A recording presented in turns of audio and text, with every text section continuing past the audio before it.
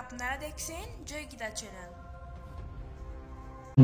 তস্मै শ্রী গুরুবে নমঃ।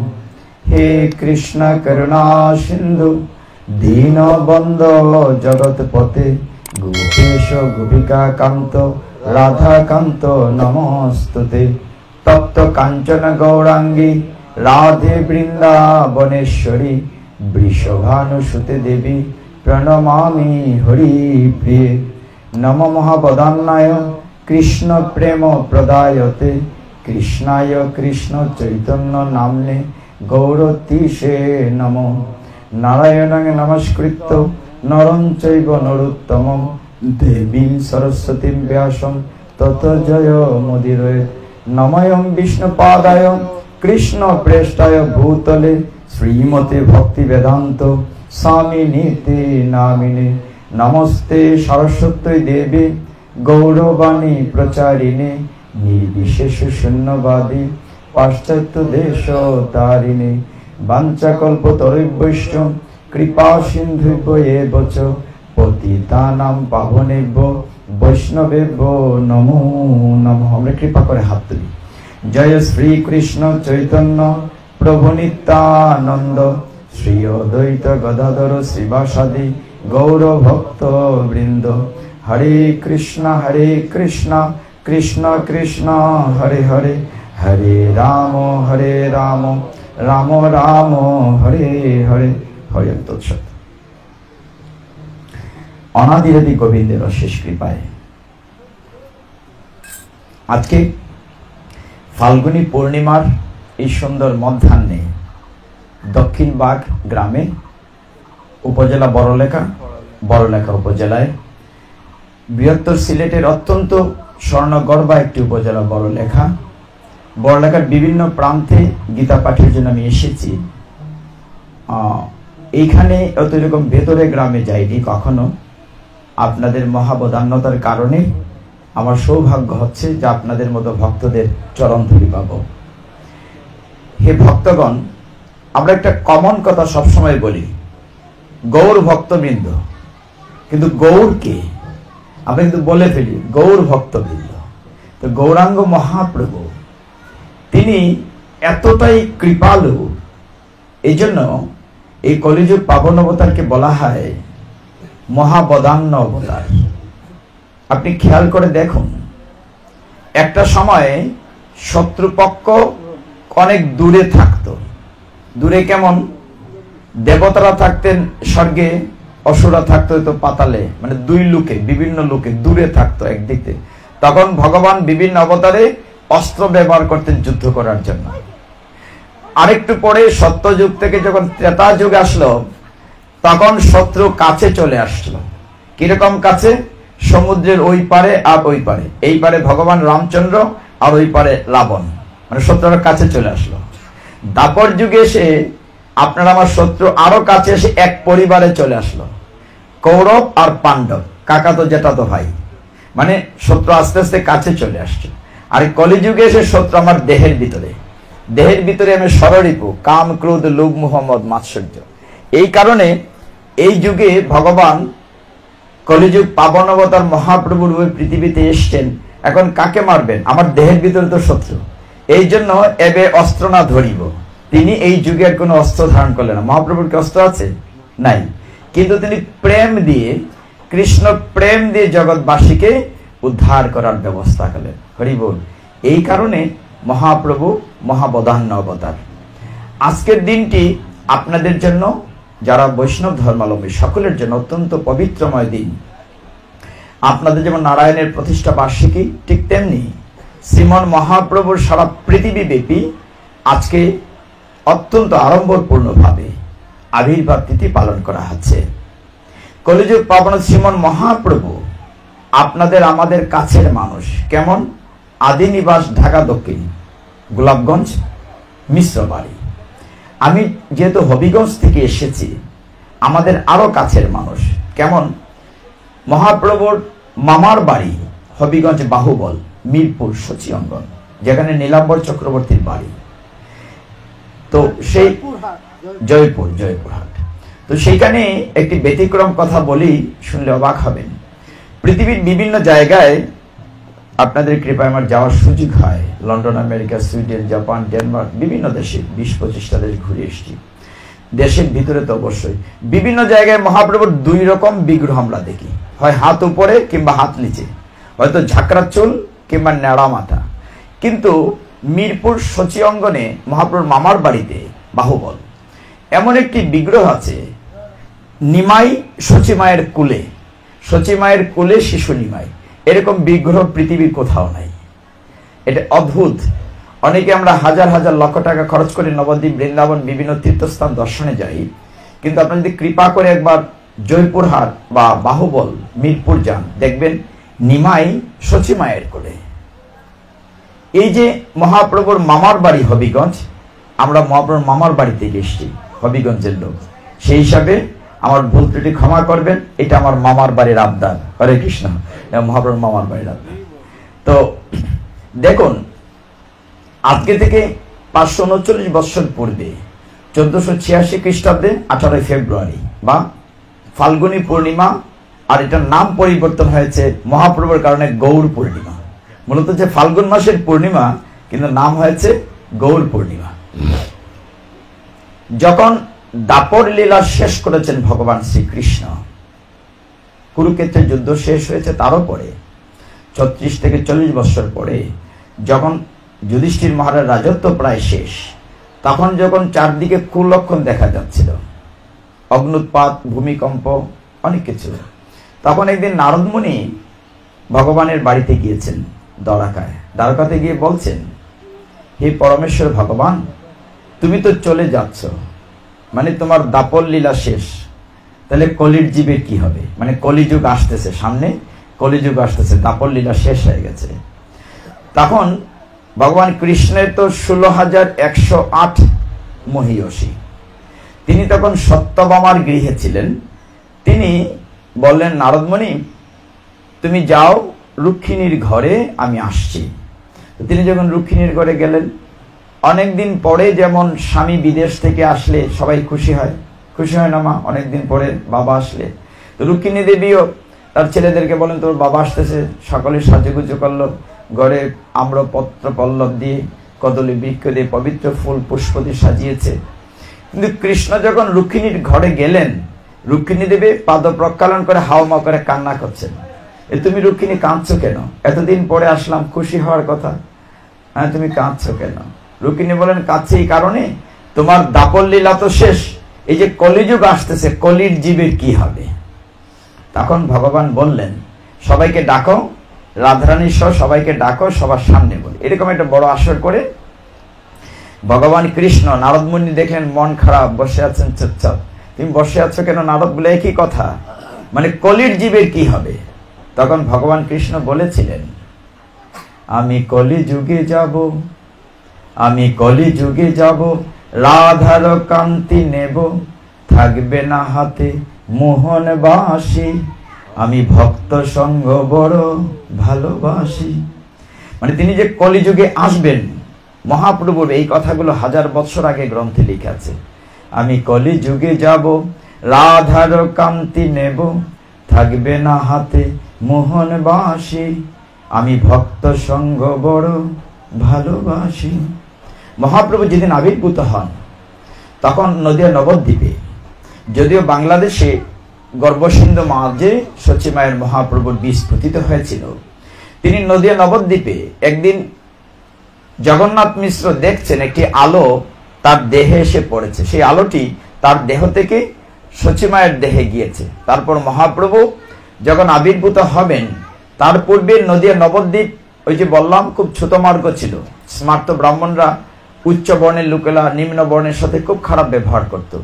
ঠিক ওই সময়ে যেদিন এই পূর্ণিমা ছিল, বসন্ত পূর্ণিমা বলেন, দুল পূর্ণিমা বলেন, ফাল্গুনী পূর্ণিমা বলেন, এই পূর্ণিমার দিন আবার চন্দ্রগ্রহণ ছিল।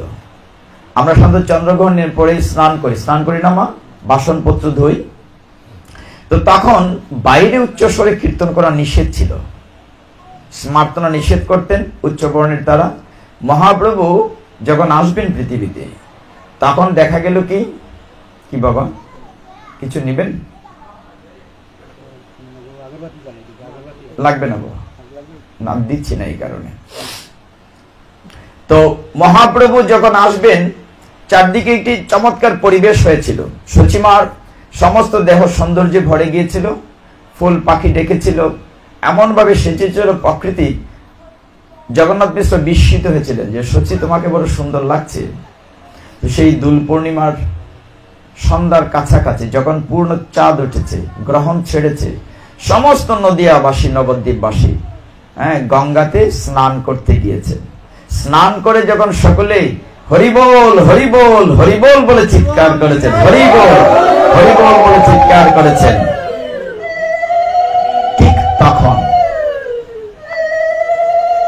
তখন আমাদের গৌর সুন্দর কলিযুগ পাবন অবতার শ্রীমন মহাপ্রভু পৃথিবীতে ভূমিষ্ঠ হয়েছেন।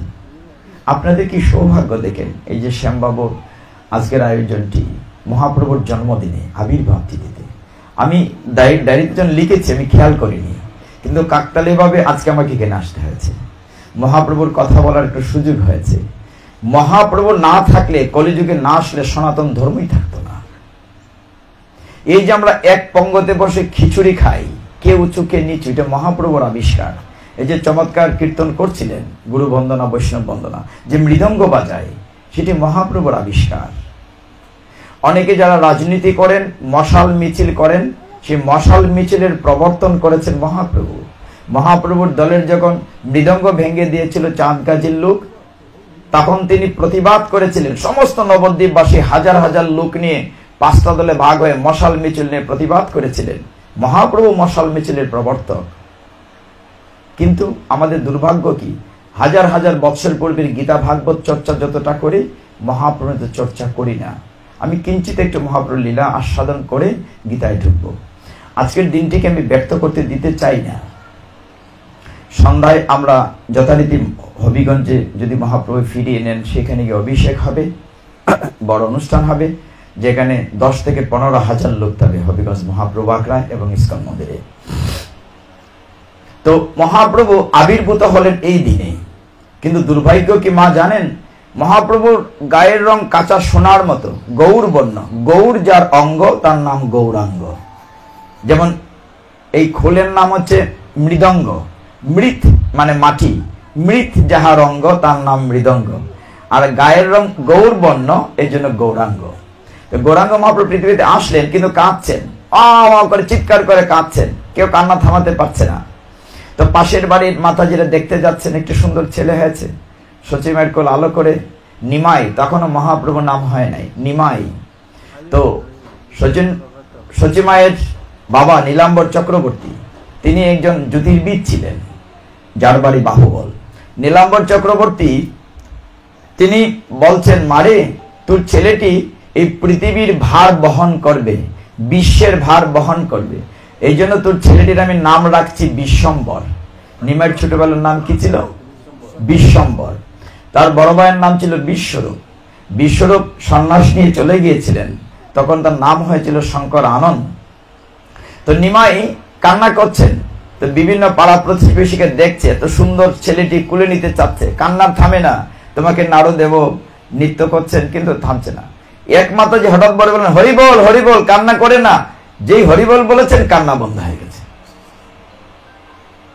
যখন মায়েরা উঠে ঘর থেকে বেরোলেন, আবার কান্না করছে, রে দুষ্ট, আমাদেরকে যেতে দেবি না? তো তখন আবার সবাই যখন হরিবল বলছেন, কান্নার থামছে না। মানে কান্না থেমে গেল হরিবল বলার সাথে সাথে। তার মানে কি, মহাপ্রভু যে এই যুগে হরিবল বা কৃষ্ণ কীর্তন প্রবর্তন করবেন, তার শুভ সূচনা হয়েছে। আরেকটু আগাই, আরেকটু যখন বড় হয়েছেন নিমাই, তখন একদিন সচিমা দেখলেন ঘরের ভিতরে, মাটির ঘর, তেমন ধনাঢ্য পরিবার না জগন্নাথ মিশ্রের, মাটির ঘর লেপেছেন, কিন্তু ঘরের মধ্যে চরণ চিহ্ন দেখা গিয়েছে, কৃষ্ণের যে চরণ চিহ্ন, পায়ের নিচে যে ধ্বজ অঙ্কুশ ছত্র যে চিহ্ন থাকে, এরকম চাপ, আর নুপুরের রিলিজিনি আওয়াজ শুনছেন। তখন সচিমা তার বাবাকে বলছেন, নীলাম্বর চক্রবর্তী, বাবা, আমার ছেলে কি কোনো ভূত প্রেত ধরলো কিনা? এবং এমন এমন লোক আসে আমার ছেলেকে দেখতে, যেমন এখানে সবাই আমরা একে অন্যকে চিনি, কিন্তু বলছে এমন লোক আমার ছেলেকে দেখতে আসছে, তাদেরকে আমি কখনো দেখিনি। নীলাম্বর চক্রবর্তী বললেন, মাগো তোমার ছেলেটি যে কে তুমি তো জানো না, স্বয়ং ভগবান, কলিযুগ পাবন স্বয়ং ভগবান নিমাই রূপে এসেছেন, এই কারণে তুমি চিনবে না। বিভিন্ন লুক থেকে দেবদেবীরা বিভিন্ন ছদ্মবেশে তোমার ছেলেটিকে দেখতে আসছে। আরেকটু যখন বড় হলেন, নিমাই পণ্ডিত খুব দুষ্টুমি করলেন। কেমন? গঙ্গার ঘাটে বড় ভাই তো পড়াশোনা করে তেমন ঘর করল না, সন্ন্যাস হয়ে গেল বিশ্বরূপ। বিশ্বম্বর কি করেছে? গঙ্গার ঘাটে আপনারা যারা গিয়েছেন তীর্থস্থানে দেখবেন, নিমাই মাতাজিরা একদিকে স্নান করেন, পিতাজিদের স্নান করেন। যে সকলে স্নান করতে যেত, দুষ্ট নিমাই মানে মেয়েদের পোশাক এনে ছেলেদের এখানে রেখে দিতেন, আর ছেলেদের পোশাক মেয়েদের এখানে রেখে দিতেন। কারণ স্নান করে উঠে কি পর্বে উল্টপাট লেগে যেত। আবার কখনো কখনো ভক্তরা হয়তো জলে ডুবে স্নান করতে গিয়েছে, নিমাই পায়ে ধরে টান মারতেন, মনে করতো সবাই কুমির ধরেছে। আবার কেউ গঙ্গা ভোগ দিয়েছে, এগুলো নষ্ট করে দিতেন বালি দিয়ে, ওরকম দুষ্টুমি করতেন। কারো উপরে মুখের জল দিতেন।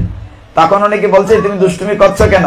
বলে করছি এই কারণে, আমার মা বাবা আমাকে তো মানে টুলে পাঠায় নাই, পড়াশোনা করতে দিচ্ছে না। মা বাবা দিচ্ছিলেন না শুরুতে, যে বড় ছেলে লেখাপড়া করে সংসার ত্যাগ করেছে বিশ্বরূপ, তিনি এই সন্তানটিকে হারাতে চাননি। পরে তাকে ভর্তি করা হয়েছে গঙ্গা দাসের টুলে। তো নিমাই অল্প দিনেই পণ্ডিত হয়ে গেলেন। এত পণ্ডিত হলেন। তো নিমাইয়ের ছোট্টবেলার একটি কাহিনী বলি, বলে আমি গীতায় ঢুকবো। নিমাই বা চৈতন্য চরিতামৃতে কথা বললে সারাদিন কথা বলতে হবে। আমি তো গীতার পাঠের জন্য আহ্বান করেছেন, তো গীতাতেই যাব। দেখুন, ছোট যখন ছিলেন, ছোট একটি বালক দৌড়াদৌড়ি করছিল, আরেকটু ছোট থাকতে নিমাই যখন হামাগুড়ি দিতেন, তখন সচিমায়ের বাড়িতে একজন অতিথি ব্রাহ্মণ এসেছিলেন। সচিমায়ের বাড়িতে এসে, জগন্নাথ মিশ্রের বাড়িতে ব্রাহ্মণ অতিথি এসে, তার সাথে আবার গোপাল আছে, তিনি আতিথ্য গ্রহণ করলেন। তিনি আবার স্বপাকে ছিলেন, মানে নিজে রান্না করে খাইতেন। তিনি এসে তাদেরকে বললেন যে আমাকে রান্নার আয়োজন দাও, আমি রান্না করে খাবো। তো রান্না করে তিনি তৈরি করেছেন অতিথি ব্রাহ্মণ। এখন রান্না করে ভগবান গোপালকে নিবেদন করবেন, নিবেদন করছেন, গোপাল আসো খাও। এমন সময় দেখা গেল নিমাই এসে হামাগুড়ি দেশে তার খাবার খেয়ে ফেলতেছে। এই সর্বনাশ সর্বনাশ, হায় হায় হায়, কি হলো?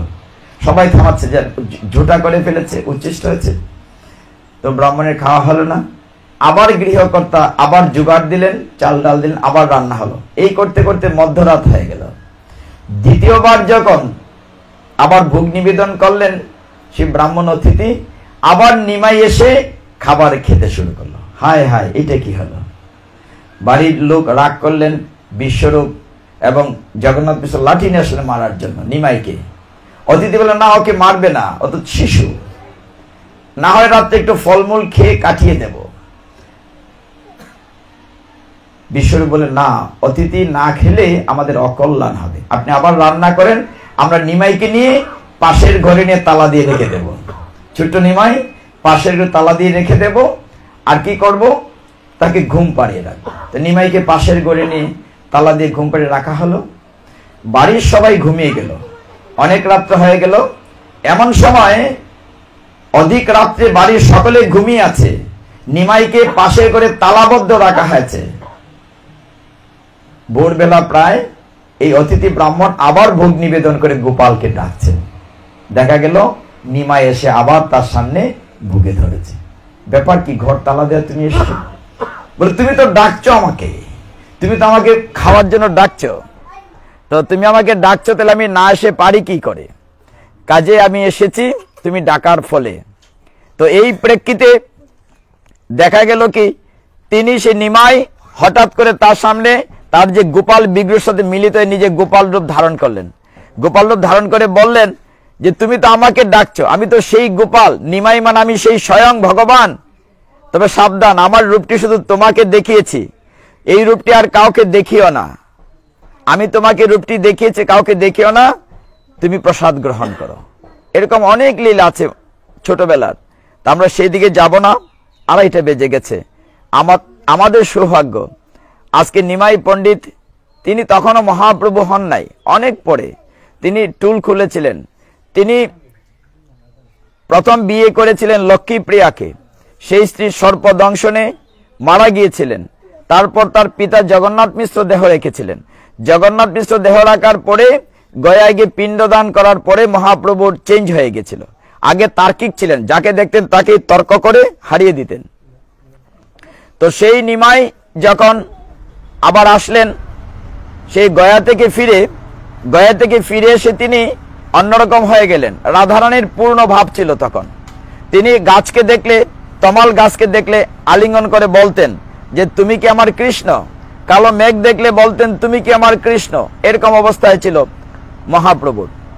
তারও অনেক পরে 24 বছর বয়স এই উদ্ভ্রান্ত দেখে নিমাইকে তার মা দ্বিতীয় বিয়ে করিয়েছিলেন।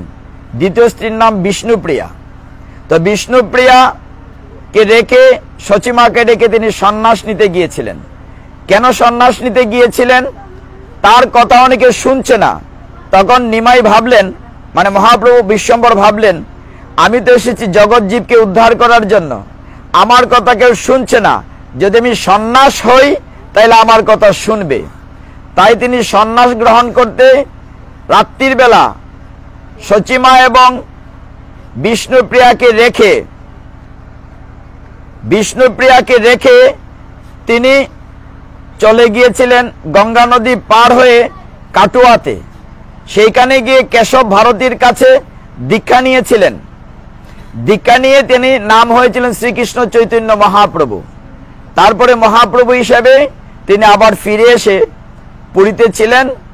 পর্যায়ক্রমে তার সাথে শ্রীবাস, অদ্বৈত, নিত্যানন্দ সকলের মিলিত হয়ে তারা হরে কৃষ্ণ প্রচার করছিলেন। এই জন্য মহাপ্রভুকে বলা হয় সংকীর্তন পিতরও, মানে সংকীর্তনের পিতা। এবং তিনি এত কৃপালু, ভগবান মহাপ্রভু রূপে এসে আমাদের জীবজগৎকে উদ্ধার করার জন্য। একবার তাকে উচ্চবর্ণের তারা জিজ্ঞাসা করছিল যে সকলে তো ঘরে বসে প্রার্থনা করে, তুমি রাস্তায় নেচে নেচে হরে কৃষ্ণ কেন করছো, এটা তো শাস্ত্র বিরোধী। তখন নিমাই বলেছিলেন, আমি তো শুধু ঘরের জীবকে উদ্ধার করার জন্য আসিনি, এই বিশ্ব চরাচরে যারা বাইরে শুধু মানুষ না, বৃক্ষলতা সবাইকে উদ্ধার করার জন্য আমি এসেছি। এই জন্য মহাপ্রভু রাস্তায় নেচে নেচে কীর্তন করে জীবজগৎকে উদ্ধার করেছিলেন। মহাপ্রভু বলেছিলেন, পৃথিবীতে আছে যত নগরাদি গ্রাম, সর্বত্র প্রচারিত হইবে মোর নাম। এই কারণে তিনি যেহেতু স্বয়ং ভগবান, তার কথা মিথ্যে হতে পারে না। আজকে সারা পৃথিবীতে তার নাম পৌঁছে গিয়েছে। আফ্রিকার মতো গহীন জঙ্গলে যেখানে কালো কালো মানুষ খাইতো, আজকে তারাও রাজপথে হরে কৃষ্ণ করে কীর্তন করে। আপনি ইউটিউব খুললে দেখবেন সারা পৃথিবীর লোক হরে কৃষ্ণ কীর্তন। মহাপ্রভুর বদান্যতা। অগ্রিম বাণী ছিল তার একজন সেনাপতি ভক্ত সেটি প্রচার করবে। ইসকন প্রতিষ্ঠাতা আচার্য শ্রীল প্রভুপাদ সেনাপতি ভক্ত। আজকে সারা পৃথিবীতে হরে কৃষ্ণ কীর্তন প্রচার হচ্ছে। এটা মহাপ্রভুর মহাবদান্যতা। যা হোক, মহাপ্রভুর টোটাল জীবনীকে 3 ভাগে ভাগ করা আছে চৈতন্য চরিতামৃতে।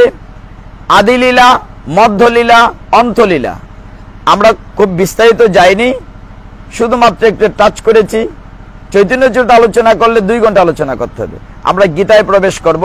হরে কৃষ্ণ, হরি বল, হরি বল, হরে কৃষ্ণ, হরে কৃষ্ণ, হরে কৃষ্ণ।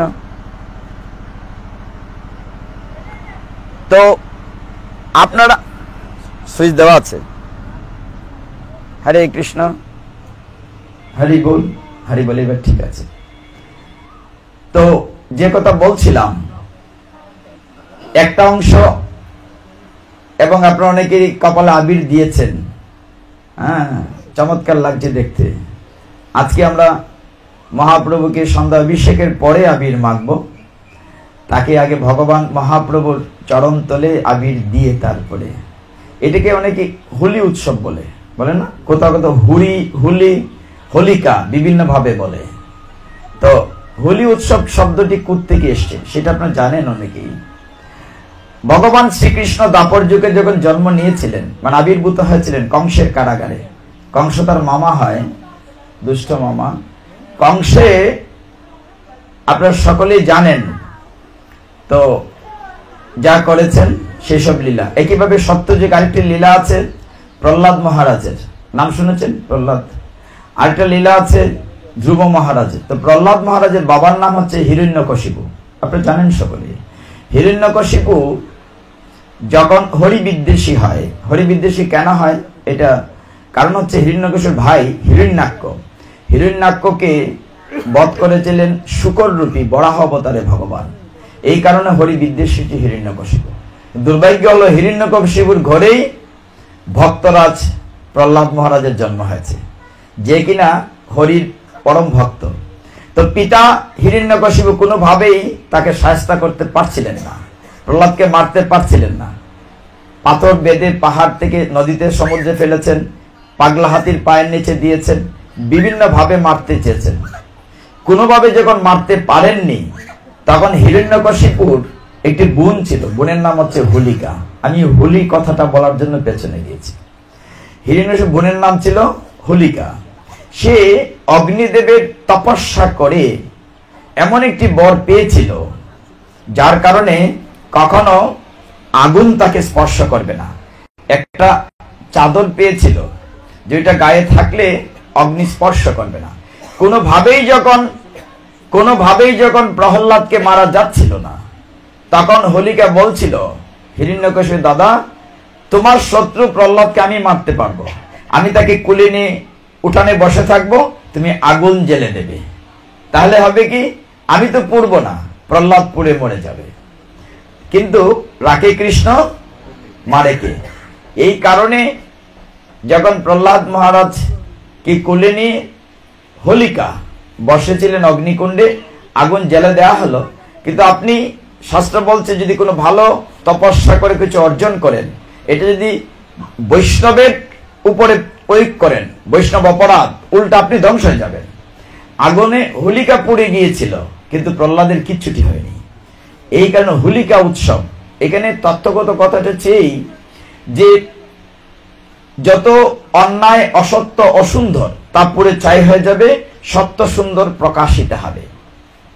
সেই থেকে আমরা হোলি উৎসব করে থাকি। তো আমরা শ্রীমদ্ ভগবদ গীতায় একটু সময় দেই, প্রায় 2:45 বেজে যাচ্ছে, ঘড়ির কাঁটা দ্রুত ঘুরছে। সকলে একটু বলি, ওম নমো ভগবতে বাসুদেবায়, ওম নমো ভগবতে বাসুদেবায়, ওম নমো ভগবতে বাসুদেবায়। শ্রীমদ্ ভগবদ গীতা। ভগবদ গীতা একটি ফিলোসফি বা দর্শন শাস্ত্র।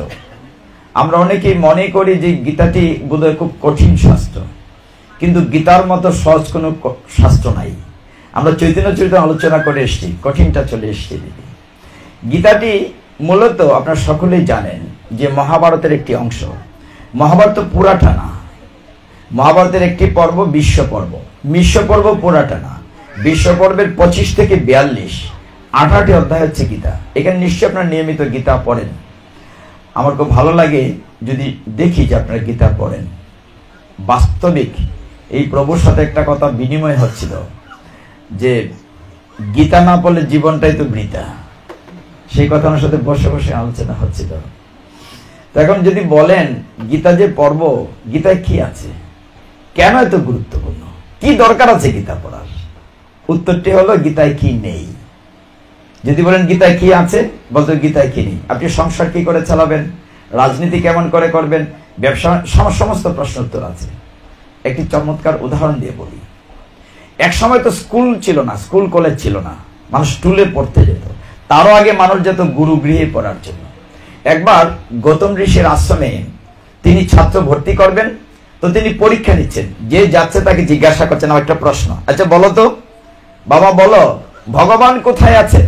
ছেলেটি তো বলেছে ভগবান আছেন বৃন্দাবনে। আরেকটি ছেলেকে জিজ্ঞাসা, ভগবান কোথায় আছেন? বলছে ভগবান আছেন নবদ্বীপে। কেউ বলে যে তো মায়াপুরে। সকলের কথা উত্তর সঠিক, কিন্তু গুরুদেবের ঠিক মন মতো হচ্ছিল না। সর্বশেষ যে ছেলেটি গিয়েছে, বলেন তুমি বলো ভগবান কোথায় আছেন? তো ছেলেটি বলছে, গুরুজি আমি আপনার প্রশ্নের উত্তর দেব, আপনি জানতে চেয়েছেন ভগবান কোথায় আছেন, কিন্তু তার পূর্বে যদি আপনি কৃপা করে আমার একটা প্রশ্ন উত্তর দেন। বলে কি? আপনি জানতে চেয়েছেন ভগবান কোথায় আছেন, আপনি তার পূর্বে কৃপা করে বলেন ভগবান কোথায় নেই, তাহলে উত্তরটা দিতে সোজা হয়।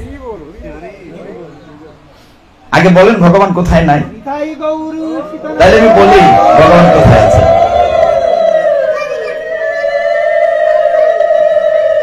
শাস্ত্র বলছে সর্বং কল্ভিদং ব্রহ্ম, সব জায়গায় ভগবান আছে। তিনি তাকে ঠিক গীতাটি এরকম, যদি বলেন গীতায় কি আছে কি নেই, সব আছে। আপনার যদি 1 ঘন্টা ধৈর্য ধরেন তাহলে পুরা গীতা আমরা আলোচনা করতে পারবো। জানেন আমাকে কতটুকু সময় দেয়া হবে না, যতটুকু না, একটু কষ্টের ব্যাপার আছে, আমরা তো উপবাস দেখে কথা বলছি। যদি একটাই শুরু করতে পারতেন তাহলে একটু বেশি সময় দেওয়া যেত, আমরা কিন্তু 1 ঘন্টা 10 মিনিট পিছনে আছে। যাই হোক, আপনাদের ধৈর্যের বাঁধ ভাঙবে না। আমি খুব চেষ্টা করি, প্রভুকে বলি একটা কথা। একটা সময় ছিল ওই যে বিভিন্ন উৎসব হয়, অষ্টপ্রহর, 16 প্রহর, 32 প্রহর। গতকালকে গিয়েছিলাম 32 উৎসবে এক জায়গায়, এখানে হাজার হাজার ভক্তরা। একটা সময় ছিল কি মা, যে উৎসবের আগে অধিবাস, এখনো তো হয়, গঙ্গা আনে, অধিবাসের আগে নিয়ম রক্ষার্থে গীতা পাঠ, জাস্ট নিয়ম রক্ষার্থে গীতা পাঠ ছিল, তখনকার কথা বলছি। তো কি ছিল, একজন বয়স্ক ব্রাহ্মণ ঠাকুরদা মাঝখানে বসে গীতা পাঠ করছেন, চারদিকে তো এরকম মুরব্বী 2-4 জন ডেকে ডেকে আনছে, আর তাই করতেছেন, হরি বল, একটা ফাল মেরে ঘুম থেকে উঠছেন। এইটাই ছিল এক সময়কার গীতা পাঠ। অর্থাৎ তিনি যা বলছেন তিনি ছাড়া পৃথিবীর কেউ আর বুঝছে না, এই কারণে গীতা পড়তো না, সর্বনাশ, কঠিন কঠিন শব্দ। কিন্তু এখন সময় পাল্টে গিয়েছে। আপনাদের চরমধুলি মাথায় নিয়ে আমরা চেষ্টা করছি, হাটে ঘাটে মাঠে সারা দেশ বিদেশে ঘুরছি, যেখানে যে হাজার হাজার মানুষ থাকে, যেখানে আমরা যাই সব জায়গাতে দেখা যায় মানুষ গীতার প্রতি আগ্রহান্বিত হচ্ছে। আমি চেষ্টা করি গীতাকে সহজ করে তুলে দেওয়ার জন্য। গীতা বুঝার একটা টেকনিক আছে, আমি সহজ কথাটা আজকে বলে যাই। এখানে যে কোনো লেখকের গীতা হোক, শ্লোক তো আর কম বেশি না, 700 শ্লোক, 18টা অধ্যায়। তো সেই 700 শ্লোকের মধ্যে 700 কিন্তু ভগবান বলেননি। আপনারা জানেন ভগবান বলেছেন 574টি শ্লোক। খানা বেটা ধৃতরাষ্ট্র বলেছে একটি, সিনোনিমা যে ধৃতরাষ্ট্র একটা বলেছে, সঞ্জয় বলেছে 40 খানা, অর্জুন বলেছেন 85 খানা, সবকিছু মিলে 700 শ্লোক। এখন গীতাটি বুঝতে সহজের নিয়ম কি, এইখানে আমরা যারা আছি সকলে আমরা কুরুক্ষেত্রে আছি, সকলে আমরা অর্জুন, তাহলে গীতাটা বুঝতে সোজা হবে। এখন সকলেই অর্জুন, মামনিরা তো রাগ করবে যে অর্জুন তো পুরুষ ছিল, আমরা কি করে অর্জুন হই? স্বাভাবিক প্রশ্নটা আসতেই পারে। তো উত্তর হচ্ছে এই, পুরুষ নারী বলে কিচ্ছুটি নেই। শাস্ত্র বলছে আমরা সকলেই প্রকৃতি, একমাত্র পুরুষ পুরুষোত্তম অনাদিরাদি গোবিন্দ। আমাদের দেহগত গঠন ভিন্ন হতে পারে, দেহগত শেপ ভিন্ন হতে পারে, কিন্তু আমরা সকলেই প্রকৃতি, একমাত্র পুরুষ পুরুষ উত্তম অনাদিরাদি গোবিন্দ। তো আমরা আপনাদের বুঝার সুবিধার্থে আমি যে কাজটি করি, গীতার প্রথম অধ্যায়ে ভগবান তো কোনো কথা বলেন, আমি চেষ্টা করব 1 ঘন্টা ভেতরে যদ্দূর পারা যায় গীতার 18টি অধ্যায়ের বিভিন্ন অধ্যায় থেকে, যদি আমরা মনে করি 18টি ফুলের বাগান, বিভিন্ন বাগান থেকে একটা দুটি ফুল নিয়ে একটা মালা গাঁথবো, আপনারা যদি একটু ধৈর্য ধরে আমাকে সহযোগিতা করেন বুঝতে পারবেন গীতায় কি আছে। আমি জানি না আমার সাথে এর আগে কোনো পার্টি এলাকায় কারো দেখা হয়েছে কিনা, দেখা হয়েছিল 1 জন, 2 জন পাওয়া গেল, 2 জন দেখা হয়েছে, ভেরি গুড। তো আমি এসছি এইদিকে বললেখা, দাসের বাজার, বারো কোথায় কোথায় নাম মনে নাই, এসছি এদিকে। তো গীতায় আপনারা সাধারণত প্রথম থেকে পড়েন, গীতার লজিকটা দেখেন। প্রথম শ্লোকটি বলেছে একটা কানা বেটায় ধৃতরাষ্ট্র, আর শেষের শ্লোকটি বলেছে সঞ্জয়, 700 নম্বর শ্লোকটি। কেন এরকম করা হয়েছে? বেদব্যাস কেমনটি করলেন? আমি যখন একটি গ্রন্থ পাঠ করতে যাই, মনে করি এটা অন্য একটা ভাষায় লেখা আছে, চায়না ভাষায়, ফার্সি ভাষায়, আমি কি পড়তে পারবো? আমার চোখ আছে কিন্তু আমি কি পড়তে পারবো? পারবো না। কাজে আমি যখন গীতায় প্রবেশ করছি, গীতার আমার জ্ঞান নেই, তখন আমি অন্ধ ধৃতরাষ্ট্র। যখন গীতায় ঢুকে আমি বেরিয়ে যাব, তখন আমি সঞ্জয়, আমি তখন জ্ঞানী। এমন ভাবে সেটিংটা করা হয়েছে। তাহলে আমরা আজকে উল্টো দিক থেকে পড়ি, সবসময় তো বাইল দিক থেকে পড়েন, উল্টা দিক থেকে পড়ে বুঝতে সুবিধা হবে। আমরা সকলেই অর্জুন, কথাটা মনে আছে তো মামনি? আমরা সবাই কে? Arjun, very good. I think brilliant students are there. মানে ছোট ছোট ছেলেমেয়েরা, কলেজ স্কুলের ছেলেমেয়েরা থাকলে আমার কথা বলতে ভালো লাগে। এই বয়স্ক লোকদের জন্য এত গীতা বলার দরকার নাই, আপনারা রাগ করেন না। উই আর দ্য সেটিং সান, আমি তাদেরকে বেশি ইন্সপায়ার করি। গীতার আমরা উল্টো দিক থেকে আসব। তখন ভগবান শ্রীকৃষ্ণ ছিলেন দ্বারকার রাজা যুদ্ধের সময়। কোথাকার রাজা ছিলেন? ভেরি গুড, দ্বারকার রাজা। ভগবানের খুব শক্তিশালী সৈন্যবাহিনী ছিল। সৈন্যবাহিনীর নাম ছিল নারায়ণী সেনা। কি বলেছি? কেন জিজ্ঞাসা করেছি? গীতা পাঠের আসরে কলির দুইটা মেয়ে ঢুকে, বুঝতে পেরেছেন? যাতে ঘুম না আসে তাই জিজ্ঞাসা করছি। ভগবান তখন দ্বারকার রাজা, যুদ্ধ তখন শুরু হয়নি। তখন কৃষ্ণদেবের বেদব্যাস হস্তিনাপুরে এসে ওই কানা বেটা ধৃতরাষ্ট্রকে বলছে, এই তুমি যুদ্ধ দেখতে চাও? তিনি একবার বলছেন দেখতে চান, আবার বলছেন দেখতে চান না, মানে দুটানায় ছিলেন। কেন? ওই ধৃতরাষ্ট্র ছিলেন পুত্র স্নেহে অন্ধ। তিনি চেয়েছেন যেন তার ছেলেরাই জয়লাভ করে। আবার ভয় ছিল, ওই পক্ষে ছিল বাসুদেব কৃষ্ণ, যদি তার ছেলেরা হেরে যায় তাহলে পিতা হয়ে কি করে পুত্রদের মৃত্যু দেখবেন? স্বাভাবিক। তিনি বললেন আমি দেখতে চাই না, আমার যে মন্ত্রী আছে সঞ্জয় সেক্রেটারি, ওকে দিব্য দৃষ্টি দেন, ও দেখবে আমাকে বলবে। বেদব্যাসের কৃপায়, গুরুদেবের কৃপায় সঞ্জয় দিব্য দৃষ্টি পেল। হস্তিনাপুরে বসে অনেক দূরের মাঠের কুরুক্ষেত্রের যুদ্ধ দেখেছে আর রাজাকে বলেছে। That is Gita. ওই যে আমরা ঘরে বসে ফুটবল খেলা দেখি, ক্রিকেট খেলা দেখি, সার্জা খেলা হচ্ছে স্যাটেলাইটের মাধ্যমে আমরা দেখি, উপগ্রহের মাধ্য দিয়ে, ঠিক এরকম সঞ্জয় হচ্ছে উপগ্রহ, তার মধ্য দিয়ে ধৃতরাষ্ট্র দেখে শুনেছেন এই জায়গাটি। তখন গীতা, তখন যুদ্ধ শুরু হয় নাই, আমরা উল্টো দিক থেকে আসছি। খেয়াল করেন গীতার ঠিক 700 নম্বর শ্লোক। সেখানে অধ্যায়টির নাম, লাস্টের অধ্যায়ের নাম মুখ্য যুগ। তো মুখ্য যুগে 78 নম্বর শ্লোক, লাস্টের শ্লোক। কানা বেটা ধৃতরাষ্ট্র তার মন্ত্রী বা সচিব, যেভাবেই বলি, সঞ্জয়ের মূল পরিচয় হচ্ছে সে রথী, ড্রাইভার, রাজবাড়ি। সঞ্জয়ের বাবাও ছিল রথী, সঞ্জয়ের বাবার নাম ছিল গাবলগান। তো সঞ্জয়কে জিজ্ঞাসা করছে, হ্যাঁ সঞ্জয় বলো তো যুদ্ধে কে জিতবে? মানে অগ্রিম জানার একটা আগ্রহ, এটা আমাদেরও থাকে। বিশেষ যখন ফুটবল খেলা হয় আমরা চিন্তা করি আজকে ব্রাজিল জিতবে না আর্জেন্টিনা জিতবে, ভিতরে একটা কিউরিসিটি থাকে। তো জিজ্ঞাসা করছে সঞ্জয় কে যুদ্ধে জিতবে? আপনি খেয়াল করবেন, মানে গল্পচ্ছলে গীতা পড়া হয়ে যাবে। খুব কঠিন না, খুব সোজা, চেষ্টা করবো সহজ করতে। তো রাজা জিজ্ঞাসা করছেন সঞ্জয় বলো যুদ্ধে কে জিতবে? এখন সে যদি বলে তোমরা ফেল, জিতবে পাণ্ডবরা, ওর চাকরি থাকবে? ও তো তার আন্ডারে চাকরি করে। সে একটি বুদ্ধি করে শ্লোক বলেছে, এইটাই গীতার 700 নম্বর শ্লোক। সঞ্জয় কি বলেছে খেয়াল করেন। সঞ্জয় বলেছে, ইয়াত্র যোগেশ্বর কৃষ্ণ ইয়াত্র পার্থ ধনুর্ধর তত্র শ্রী বিজয় ভূতির ধ্রুবা নীতির মতির মম।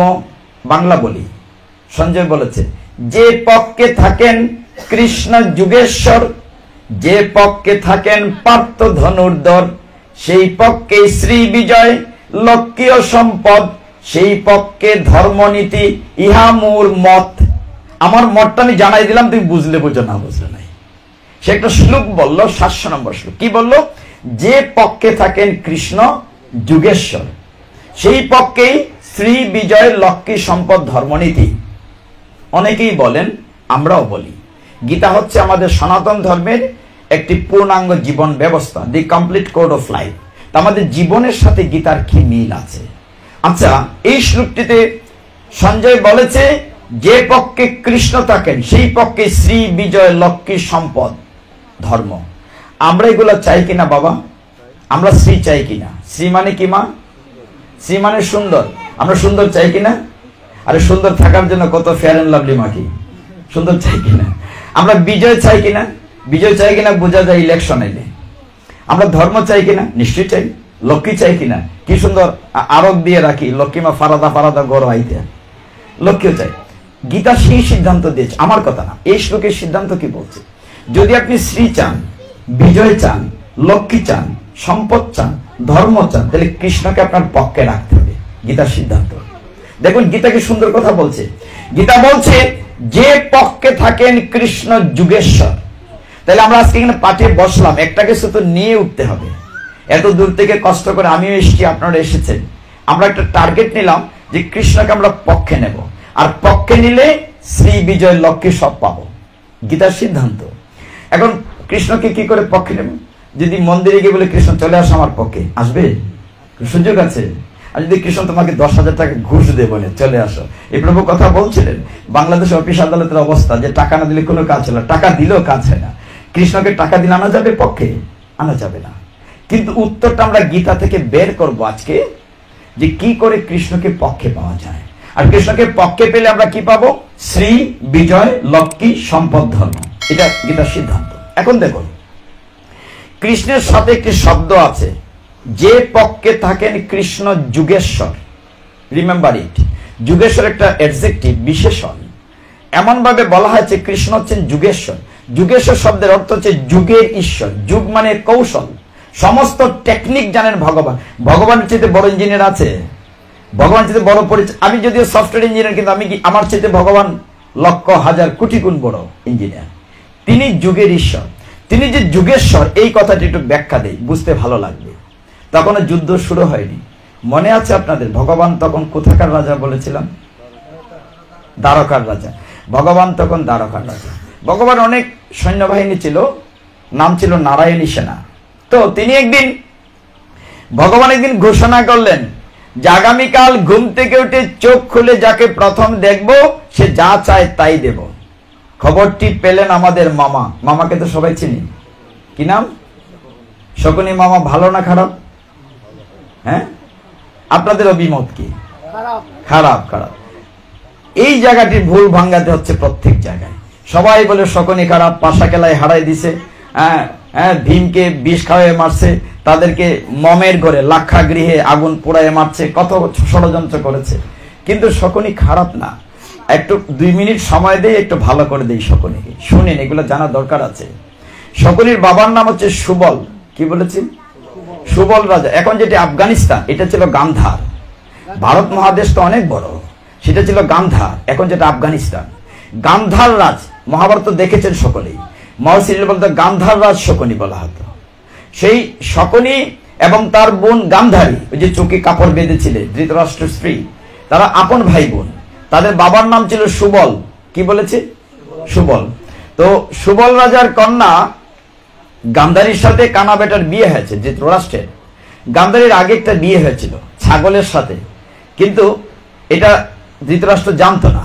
ধৃতরাষ্ট্র শুনেছে এটা তার দ্বিতীয় বিবাহ।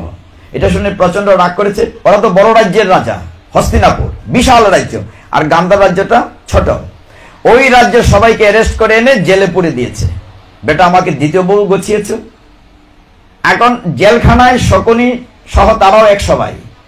মৃত্যুদণ্ড। কেমন মৃত্যুদণ্ড দেয়া হলো? যে 100 উপরে লোক আছে জেলখানায়, খাবার দেয়া হতো একজনের।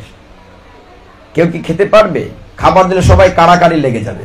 কারাগে সবাই, কেউ মার খাচ্ছে, অনেক মারা যাচ্ছে। তখন সুবল রাজা চিন্তা করলেন, অন্তত আমার বংশ রক্ষা করার জন্য একজনকে বাঁচিয়ে রাখতে হবে। এইভাবে দিন গেলে সকলে না খেয়ে মরে যাবে। এখন ছেলেদের মধ্যে কে সবচেয়ে বুদ্ধিমান? তিনি এটা চিন্তা করে একটা পরীক্ষা দিলেন। পরীক্ষাটি কি? একটি আঁকা বাঁকা হাড়ের ভেতর দিয়ে বললেন একটা সুতা প্রবেশ করাতে, ওই যে সুইয়ের সুতা, কিন্তু কেউ ঢুকাতে পারছে না। শকুনি কি করেছে? একটি বড় পিঁপড়া, যেটা আঞ্চলিক ভাষা আমরা ঢোলা পিঁপড়া বলি, জানি না এখানে কি বলা হয়, বড় কালো পিঁপড়ার পায়ে একটা সুতা বেঁধে হাড়ের এক পাশে একটা মিষ্টি রেখেছে, ওর ভিতর দিয়ে পিঁপড়াটি গিয়েছে, সুতাও গিয়েছে। সুবল রাজা দেখলেন এই ছেলেটি বুদ্ধিমান, ওকে বাঁচিয়ে রাখ। না না, কাল থেকে তোমরা কেউ খাবে না, শুধু শকুনি খাবে। একা শকুনিকে বাঁচিয়ে রাখা হলো। দেখতে দেখতে সব ভাই মারা গেল। সুবল রাজা পিতাও মারা গেলেন। পিতার হাড় দিয়ে পাশা তৈরি করলো, যার কারণে কথা শুনতো পাশা শকুনির। তিনি, তার বংশ যখন নাশ হলো, সেই শকুনি তার দিদি অর্থাৎ গান্ধারীর ঘরে আসলো। ও আমার আদরের বাইগনা দুর্যোধন দুঃশাসন, ঢুকলো কেন? তার প্রতিশোধ নেয়ার জন্য। তার বংশ নাশ হয়েছিল এই কৌরব পরিবারের কারণে। এখন বলুন তো, আমরা কি শুধু শুধু শকুনিকে খারাপ বলতে পারি? এটার পিছনে এই ঘটনাটা অনেকে আমরা জানতাম না। গান্ধারীর যে কত বড় ত্যাগ, যারা বিবাহিত এখানে আছেন বা যাদের বিয়ে হয় নাই, আপনারা আমরা কেউ পারবো না। এত সুন্দরী ছিলেন গান্ধারী, কিন্তু যখন শুনলেন তার স্বামী জন্মান্ধ, নিজে এই চোখ বন্ধ করে দিলেন। এটা পারবেন আপনারা? আমরা পারবো? পারবো না। তো সেই শকুনি, আমরা আবার জায়গায় যাই। ভগবান কি ঘোষণা দিয়েছিলেন যুদ্ধ শুরুর পূর্বে? যে আগামীকাল ঘুম থেকে উঠে চোখ খুলে যাকে প্রথম দেখবো যে সে যা চায় তাই দেব। খবরটি পেয়েছিলেন আমাদের মামা, ওই জায়গাটিতে আমি পিছনে গিয়েছিলাম। মামা শকুনি খবর পেয়ে কয়, বাইক না দুর্যোধন, খবর একটা বালা আছে। হবিগঞ্জের আঞ্চলিক ভাষা বুঝেন তো? আচ্ছা, তো বলছে বাইক না খুব ভালো একটা খবর আছে। ওই কিতা মামা, বড় খুশি খুশি। হয় গোয়ালার বেটা বাসুদেব ঘোষণা দিছে সকালে ঘুম তো একটু চোখ খুললে যারা ফইলা দেখবো জেতা চাইতে দিও, তুমি তাড়াতাড়ি যাও বাইক না, গিয়ে বেশি করে নারায়ণী সেনা লই এই ভাই। এখন মামাই কইছে আদরের বাইক না দুর্যোধন গেছে দ্বারকায়। আমরা কোন শব্দটার ব্যাখ্যা করছি? যুগেশ্বর কৃষ্ণ, তিনি যে যুগের ঈশ্বর, ভগবান যে সমস্ত কৌশলের ঈশ্বর। তো সেখানে গিয়ে দেখে দুর্যোধন ভগবান কৃষ্ণ হাতের মধ্যে মাথা রেখে লম্বা হয়ে কি করছেন? ঘুমাচ্ছেন। এখন যখন ঘুমাচ্ছেন, ভগবান কৃষ্ণের মাথার পেছনে একখানা চেয়ার ছিল। কয়খানা চেয়ার? তো দুর্যোধনের ভিতরে একটা ভাবসাব আছে না, 2 দিন পরে আমি রাজা হইব, আমার বাবা ধৃতরাষ্ট্র রাজা, চেয়ারটা বোধ আমার লেগেই রাখছে। ভগবানের মাথার পিছনে খেয়াল রাখবেন। তো সেই চেয়ারে দুর্যোধন বসছে, বসে আনন্দে করছে যে কখন কৃষ্ণ চোখ খুলবেন। কিছুক্ষণ পরে অর্জুন গিয়েছে, অর্জুনকে দেখে দুর্যোধন বলছে লাভ নাই, ইউ আর টু লেট, একটা চেয়ার ছিল আমি দখল করে ফেলেছি। অর্জুন তো ভক্ত, সে কৃষ্ণের চরণ প্রান্তে জোর হাতে বসে আছে যে কখন ভগবান চোখ খুলবেন। ভগবান তো চোখ মুজে সব দেখছেন লীলাপুর, যে কখন চোখ খুলবেন। আমরা ঘুম থেকে উঠে চোখ খুলে পা দেখি না মাথা দেখি? পা দেখি। তো কৃষ্ণ চোখ খুলেই দেখেন সামনে অর্জুন, বলছেন হে অর্জুন, ভ্রাতা অর্জুন, তুমি কখন এসেছো, কেমন আছো? এটা শুনে দুর্যোধনের ফালদামি উঠছে, ফার্সি লিডে হইলে শুরু করছো, আমি আইছি ভোরবেলা সবার আগে, আর আমার না জিগাই তুমি অর্জুনকে জিগাইতে। তো কৃষ্ণ বলেন দাদাশ্রী, আমি কি বলেছিলাম? বলে তুমি বলেছিলে ঘুম থেকে উঠে চোখ খুলে যাকে প্রথম দেখবে সে যা চায় তাই দেবে। আচ্ছা বলো আমি কি ভুল করেছি? চোখ খুলে তো প্রথম আমি অর্জুনকে দেখেছি, আমার মাথার পিছে তো চোখ নাই যে দেখবো তুমি আমার মাথার পিছনে বসে আছো। ভগবানের টেকনিকটা খেয়াল করেছেন? আরেকটু বাকি আছে। এখন তো দুর্যোধন যুক্তিতে হেরে গেল। অর্জুন তুমি বলো, তোমাকে আমি আগে দেখেছি চোখ খুলে, I have committed to you, আমি কথা দিয়েছিলাম যাকে প্রথম দেখবো সে যা চাই। তুমি কি চাও? দুটো বিষয় আছে, হয় নারায়ণী সেনা না হয় আমি, কোনটা নেবে? এইবার দুর্যোধনের পায়চারি টেনশন, এত কষ্ট করে ভোরবেলা এলাম, ও সব সৈন্য যদি নিয়ে যায় তা আমি তো ঠকে যাব। অর্জুন তুমি কি নেবে বলো? কৃষ্ণ বললেন, অর্জুন বলল আমার নারায়ণী সেনার দরকার নাই, জনার্দন তুমি চলো। কৃষ্ণ পরীক্ষা করেন ভক্তকে, বলো আমাকে নিয়ে কোনো লাভ হবে না, আমি তো এই যুদ্ধে অস্ত্রই ধরবো, আমি তো বেকার। দুর্যোধন পেছন থেকে বলছে ও যেটা চাইছে দিয়ে বিদায় করো চাই, মানে যদি কৃষ্ণ পায় তো সৈন্য পাবে, ওর মাথার ভিতরে ওইটা। যা হোক ফয়সালা হলো, অর্জুন পেল কৃষ্ণ জনার্দনকে আর দুর্যোধন পেল নারায়ণী সেনা। এইবার নারায়ণী সেনা পেয়ে মহাকুশি দুর্যোধন বাড়িতে দৌড়াতে দৌড়াতে যাচ্ছে, বাড়ির ঘাটা থেকে চিৎকার করে বলছে মামা খামেকান খইরা লাইছে, মানে শকুনিটা কইতাছে আর কি। কই বাইক না বড় খুশি লাগে ঘটনা কিতা, মামা খইন না যে আমি সব নারায়ণী সেনা লই আইছি। তো শকুনি জিজ্ঞাসা করতেছে তুমি যে নারায়ণী সেনা আনছো, অর্জুনে কি পাইল? খইন না যে লাগান বেকল নাই, এ চান্স পাইয়া কোনো খামা লাগাইতে পারছে না, এ পাইছে ওই গোয়ালার বেটা বাসুদেব। ওরা তো কৃষ্ণ হয় না, ভগবানও হয় না, গোয়ালার বেটা বাসুদেব। এটা শুনে শকুনি মাথায় হাত দিয়ে বসে পড়লেন। মামা তুমি মাথায় হাত দিয়ে বসে পড়লে কেন? তুমি না কত ছল জানো, হ্যাঁ পাশা খেলায় কত ছলনা করো। শকুনি বললে বাবারে আমি কি ছল জানি, আমার চেয়ে 1000 গুণ 1,00,000 গুণ ছল জানে গোয়ালার বেটা বাসুদেব, ওর কাছে আমি কিছুই না। শকুনি তো জানতো, শকুনি তো জ্ঞানী। এইবার যুদ্ধ শুরু হলো। আমরা কেন বসেছি বাবা মনে আছে তো? কৃষ্ণকে পক্ষে নেব। মা মনে আছে আমরা কেন বসেছি এখানে? কৃষ্ণকে পক্ষে নেব। কি করে নেওয়া যাবে গীতা থেকে আমরা এটা বের করব। এবার সামনের দিকে আসে। প্রথম অধ্যায়ে কথা বলি না, 1-2 অধ্যায়ে ড্রপ দিব, তাড়াতাড়ি যেতে হবে। প্রথম অধ্যায়ে নাম অর্জুন বিষদ ইউগ, এই অধ্যায়ে ভগবান কোনো কথা বলেন নাই। দ্বিতীয় অধ্যায় সাংখ্য ইউগ, 72টা শ্লোক আছে। এই অধ্যায়ে ভগবান দ্বিতীয় অধ্যায়ে 2 নম্বর শ্লোক থেকে বলতে শুরু করেছেন। দেখেন ঘটনাটি কি? অর্জুনের ভিতরে কিয়ত অহংকার এসেছিল, সে তো রাজার ছেলে, আর কৃষ্ণ তো তার গাড়ির ড্রাইভার সারথি। এই শোনা শোনা রথ কেনা মাঝ মাঠে রাখো, দেখি আমি কার সাথে যুদ্ধ করতে আসছি। কিভাবে দেখেন গীতাটা শুরু হয়, বলছে উভয়ের মধ্যে, সেনার উভয়ের মধ্যে রথ স্থাপয়া। যেমন এই জায়গাটিতে দেখুন, এখানে ফাঁকা আছে, ওই জায়গায় ফাঁকা আছে, যে কোনো জায়গায় বসা যায়। এখানেও ভগবান যে যুগেশ্বর, তিনি যে সমস্ত টেকনিক জানেন, রথটি এমন জায়গায় রেখেছেন নিয়ে, কৃষ্ণ চোখ খুলেই দেখেন তার দাদামশাই বিশ্বদেব, অর্জুন চোখ খুলেই দেখে তার টিচার অস্ত্রগুরু দ্রোণ আচার্য, চোখ খুলেই দেখে কুলগুরু কৃপাচার্য, চেয়ে দেখে শ্বশুর সম্বন্ধী ইত্যাদি ইত্যাদি। আপনজন দেখে তার শরীর কাঁপতে শুরু করেছে, জিহ্বা শুকিয়ে গিয়েছে, শরীর ঘামতে শুরুছে, পিঠ থেকে ধনু পড়ে গিয়েছে, অর্জুন রথের উপর বসে পড়েছে। আমি যুদ্ধ করব না, জনার্দন ফিরে চলো। এইভাবে ঠিক এই মুহূর্তে ভগবান তাকে 574টা শ্লোক দিয়ে বিভিন্ন প্রশ্নোত্তরের শ্লোক বলতে বলতে তাকে স্বকর্তব্য এনেছিলেন। অর্জুনের মতো ভক্তকে সঠিক পথে আনতে ভগবানের 574খানা শ্লোক খরচ হয়েছে। আমরা কি 1 ঘন্টায় 2-4টা শ্লোক শুনে লাইনে আসতে পারবো?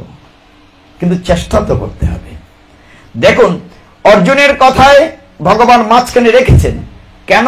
বিষাদগ্রস্ত হওয়ার জন্য। ভগবানকে অর্জুন বলছে আমি যুদ্ধ করব না, ফিরে চলো। 2য় অধ্যায় 3 নম্বর শ্লোকে ভগবান বলছেন ক্লৈব্যং মাসমগম উত্তিষ্ঠত পরন্তম। হে অর্জুন, তোমার ক্লিবত্ব ত্যাগ করো, উঠো, যুদ্ধ করো, অন্যায়ের বিরুদ্ধে, অসত্যের বিরুদ্ধে, অধর্মের বিরুদ্ধে। অর্জুন বলছে আমি যুদ্ধ করব না। দুই পক্ষ হয়ে গেল, একটু খেয়াল করুন। অর্জুন বলছেন যুদ্ধ করব না, আর কৃষ্ণ বলছেন যুদ্ধ করো। এখন কি করে তারা লাইনে আনা যায়? অর্জুন যুদ্ধ কেন করবে না? ঠিক ঘটনাটা এরকম, অর্জুন প্রশ্ন করছে মানে কি, তার নিজের জন্য না, আমাদের সমস্ত জগৎবাসীর জন্য। অর্জুন বলছে কেন? কৃষ্ণ উত্তরে বলছে আমি যুদ্ধ করব না কেন? শোনো, ওই মাঠটিতে যারা কুরুক্ষেত্রের তীর্থস্থান দেখতে গিয়েছেন ভারতের হরিয়ানাতে, সেখানে মাঠটা আছে 96 মাইল রেডিয়াস। কত বড় মাঠ বলেছি? এখানে মানুষ কতজন ছিল? 18 অক্ষহীনী। 18 অক্ষহীনী আমরা সংখ্যায় বললে বুঝবেন, 39,25,620 জন। কত লোক ছিল? 39,25,620 জন। যুদ্ধের পরে 39,25,610 জন মারা গিয়েছিলেন, বেঁচে ছিলেন মাত্র 10 জন। এখনো কুরুক্ষেত্রের মাটি লাল, এত রক্তপাত হয়েছিল। পৃথিবীর ইতিহাসে এত বড় ধর্মযুদ্ধ আর হয় নাই। ভগবান বলছেন কেন যুদ্ধ করবে না? অর্জুন বলছেন আমি যুদ্ধ যদি করি, পুরুষরা সব মরে যাবে, আর পুরুষরা মরে গেলে মহিলারা বিধবা হবে, মহিলার বিধবা হলে বেবিচারিণী হবে, বেবিচারিণী হলে শঙ্কর সন্তান হবে, শঙ্কর সন্তান হলে পিণ্ডদান হবে না, উদ্ধার পাবে না। অর্জুনের কথা যুক্তি আছে। আমি হইলে কি পারতাম আমার দাদামশাইকে মারতে, শ্বশুরকে মারতে? ভগবান বলছেন অর্জুন, তুমি কথাগুলো বলছো জ্ঞানীর মতো, কিন্তু কাজটি করছো মূর্খের মতো। তুমি মারার কি? আমি তো সবাইকে মেরে রেখেছি, তুমি উপলক্ষ মাত্র।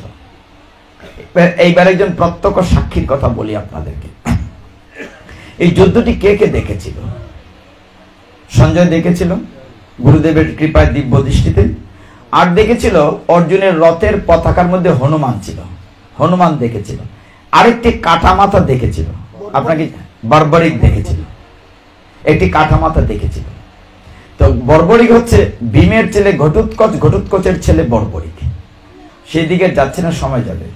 তো 2য় অধ্যায় থেকে ভগবান থেকে উঠাতে চাইলে, 2য় অধ্যায় অত্যন্ত গুরুত্বপূর্ণ সাংখ্য যুগ, এখানে আত্মতত্ত্ব জ্ঞান দেয়া হয়েছে। ভগবান বলছেন অর্জুন, তুমি যে দেহটাকে মারবে বলে চিন্তা করছো, দেহটা তো নশ্বর, পঞ্চভূতে তৈরি, ক্ষিতীয় পতেজ মরুদ্ভূম, এটা গলে পচে যায়, কিন্তু আত্মাটি অবিনশ্বর। 2য় অধ্যায় 23 নম্বর শ্লোকে ভগবান চমৎকার একটি শ্লোক বলেছেন, ন এনম চিন্দন্তি শস্ত্রাণি, ন এনম দহতি পাবকহ, ন চৈনমে ক্লেদয়ন্তপ, ন সুশৈতি মারুতহ। অর্থাৎ কি, আত্মাকে অস্ত্র দিয়ে কাটা যায় না, আগুনে পোড়ানো যায় না, জলে ভিজানো যায় না, বাতাসে উড়ানো যায় না। অর্জুন, এখানে এমন চমৎকার একটি জ্ঞান আছে প্রভু, আপনার মন দিয়ে খেয়াল করেন গীতা আমাদেরকে কি জ্ঞান দেয়। ভগবান বলছেন অর্জুন, তুমি যে দেহটিকে তীর দিয়ে, বল্লম দিয়ে, তলোয়ার দিয়ে মারবে বলে চিন্তা করছো দেহটিকে, আত্মা তো অবিনশ্বর বুঝলে। এখন দেহটিকে তুমি যদি নাও মারো, দেহটা এমনি মরে যাবে। এটি হচ্ছে গীতার জ্ঞান। মনে করুন, এই যে বৃদ্ধ মানুষ বা আপনারা যারা, আমারও আই এম অলসো 64 ইয়ার্স, আমরা যারা বয়স্ক লোক, কোটি কোটি টাকা খরচ করলে আবার কি বালক হতে পারবো? একজন মাতাজি কোটি টাকা খরচ করলে আপনি কি আবার বালিকা হতে পারবেন? তার মানে কি? কখনো। তার মানে কি আপনার আগের দেহটা নাই, মরে গিয়েছে। গীতাই জ্ঞানটি দিচ্ছেন অর্জুনকে, যে তুমি যে দেহ নিয়ে চিন্তা করছো, তুমি যদি নাও মারো, দেহটা এমনি মরে যাচ্ছে কিনা। আমার শিশুকাল নাই, যৌবনকাল নাই, আমি প্রবৃত্তে চলে এসেছি, সরকারি চাকরি করেছি 37 ইয়ার্স, আফটার দ্যাট আমি জয়েন দ্য কোর্ট।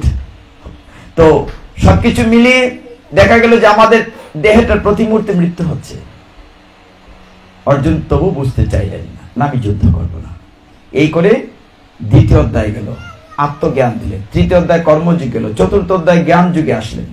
জ্ঞান যুগে এসে আপনারা জানেন এই অধ্যায়টিতে অনেক চমৎকার শ্লোক আছে।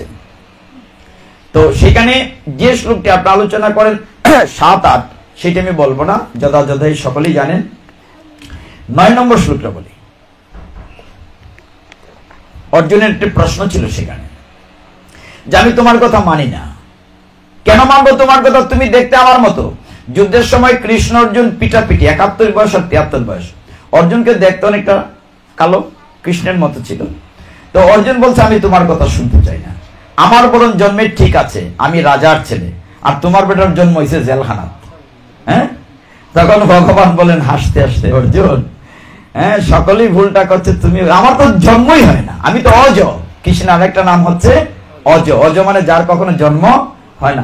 অর্জুন তুমি ভুলে গিয়েছো, ভাদ্র মাসের কৃষ্ণপক্ষের অষ্টমী তিথি রোহিণী নক্ষত্রে যখন আমার আবির্ভাব হয়েছিল, আমার তখন 4 হাত ছিল, তোমার মনে নাই? তখন একটা শ্লোক বলেছেন সুন্দর, একটা শ্লোক আমরা নিয়ে যাই। চতুর্থ অধ্যায় 9ম শ্লোকটি ভগবান বলছেন, জন্ম কর্ম চমে দিব্যম এবং ব্যক্তি তত্ত্বতঃ ত্যক্তা দেহম পুনর্জন্ম ন ইতি মামেতি সু অর্জুন। হে অর্জুন, আমার জন্মকর্ম দিব্য অলৌকিক, এবং যে শুধু এই কথাটা জানে, তত্ত্বতঃ ত্যক্তা দেহম, দেহ ত্যাগ করার পরে আর এই জ্বালাময় জগতে আসতে হয় না, সে আমার ভগবত ধামে চলে আসে। হরি বল, ভগবত ধামে চলে আসে। এখন আমরা কি জানি ভগবানের জন্মতত্ত্ব? আমরা কি ভগবানকে তত্ত্ব জানি? জানলে ভগবান এই শ্লোকে বলছেন যে এই 84 লক্ষ যোনি পরিক্রমায় আমাদেরকে আর এই জ্বালাময় জগতে আসতে হবে না।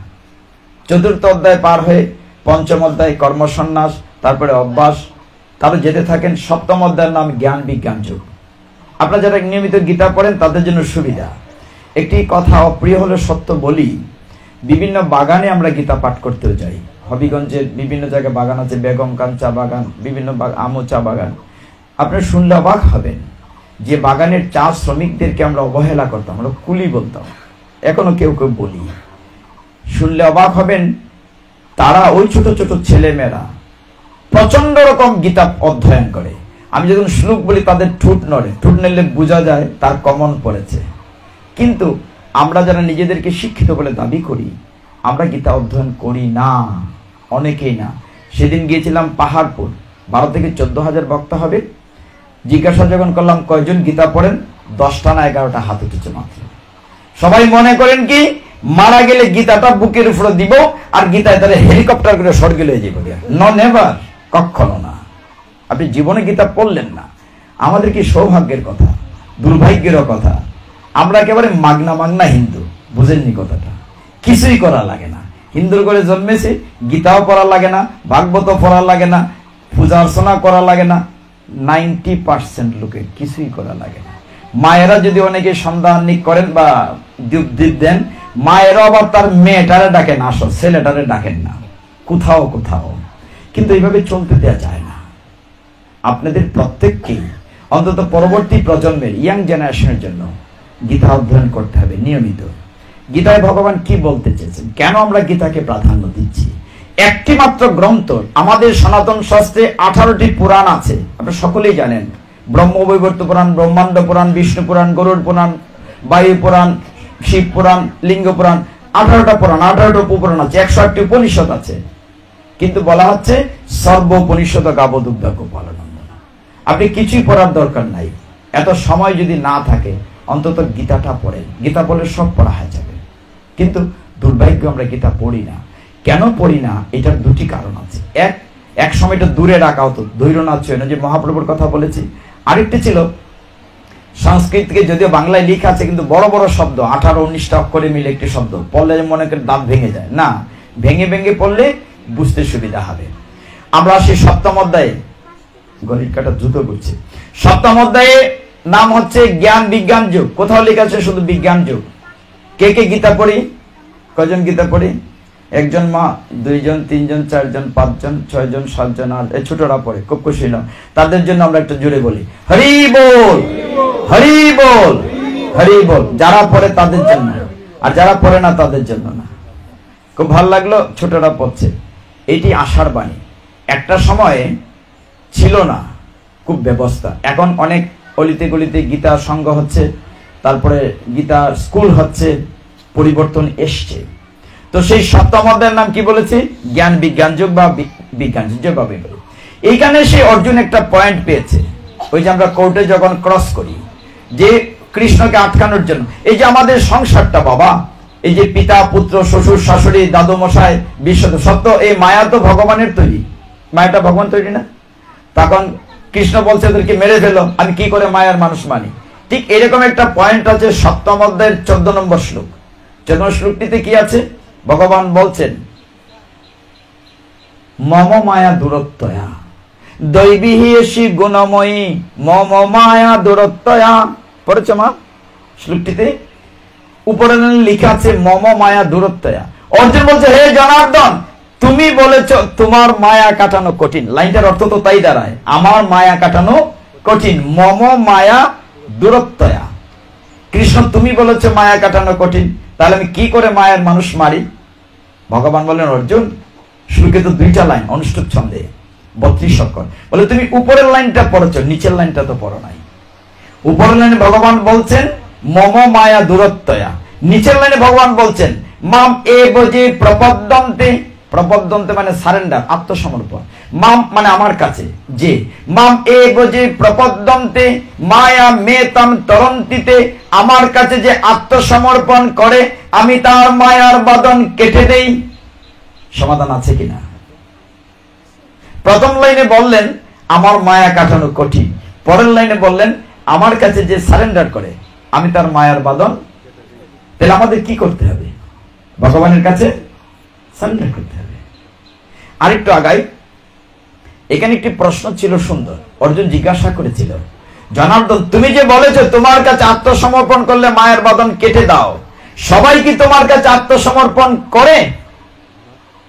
ভগবান বলছেন না, 4 প্রকার লোক আত্মসমর্পণ। এর ভিতরে কিন্তু আমরাও আছি। শ্লোকটা বলবো? ভগবান কিন্তু 15 নম্বর শ্লোকে 7ম অধ্যায় মিলে নিবে যারা পড়ো। সেখানে ভগবান বলছেন নমাম দুষ্কৃতি ন মূঢ়াহ প্রপদ্যন্তে নরধমাহ মায়া অপরিত জ্ঞানম আশুরাম ভাবম আশ্রিতাহ। ন মাম দুষ্কৃতি ন মূঢ়া, অর্থাৎ দুষ্কৃতিকারী আমার কাছে আত্মসমর্পণ করে না। এই সমাজে তো দুষ্কৃতিকারী আছে না? নাই? আছে। বলছেন মূঢ়া, যারা মূর্খ তারা আত্মসমর্পণ করে না।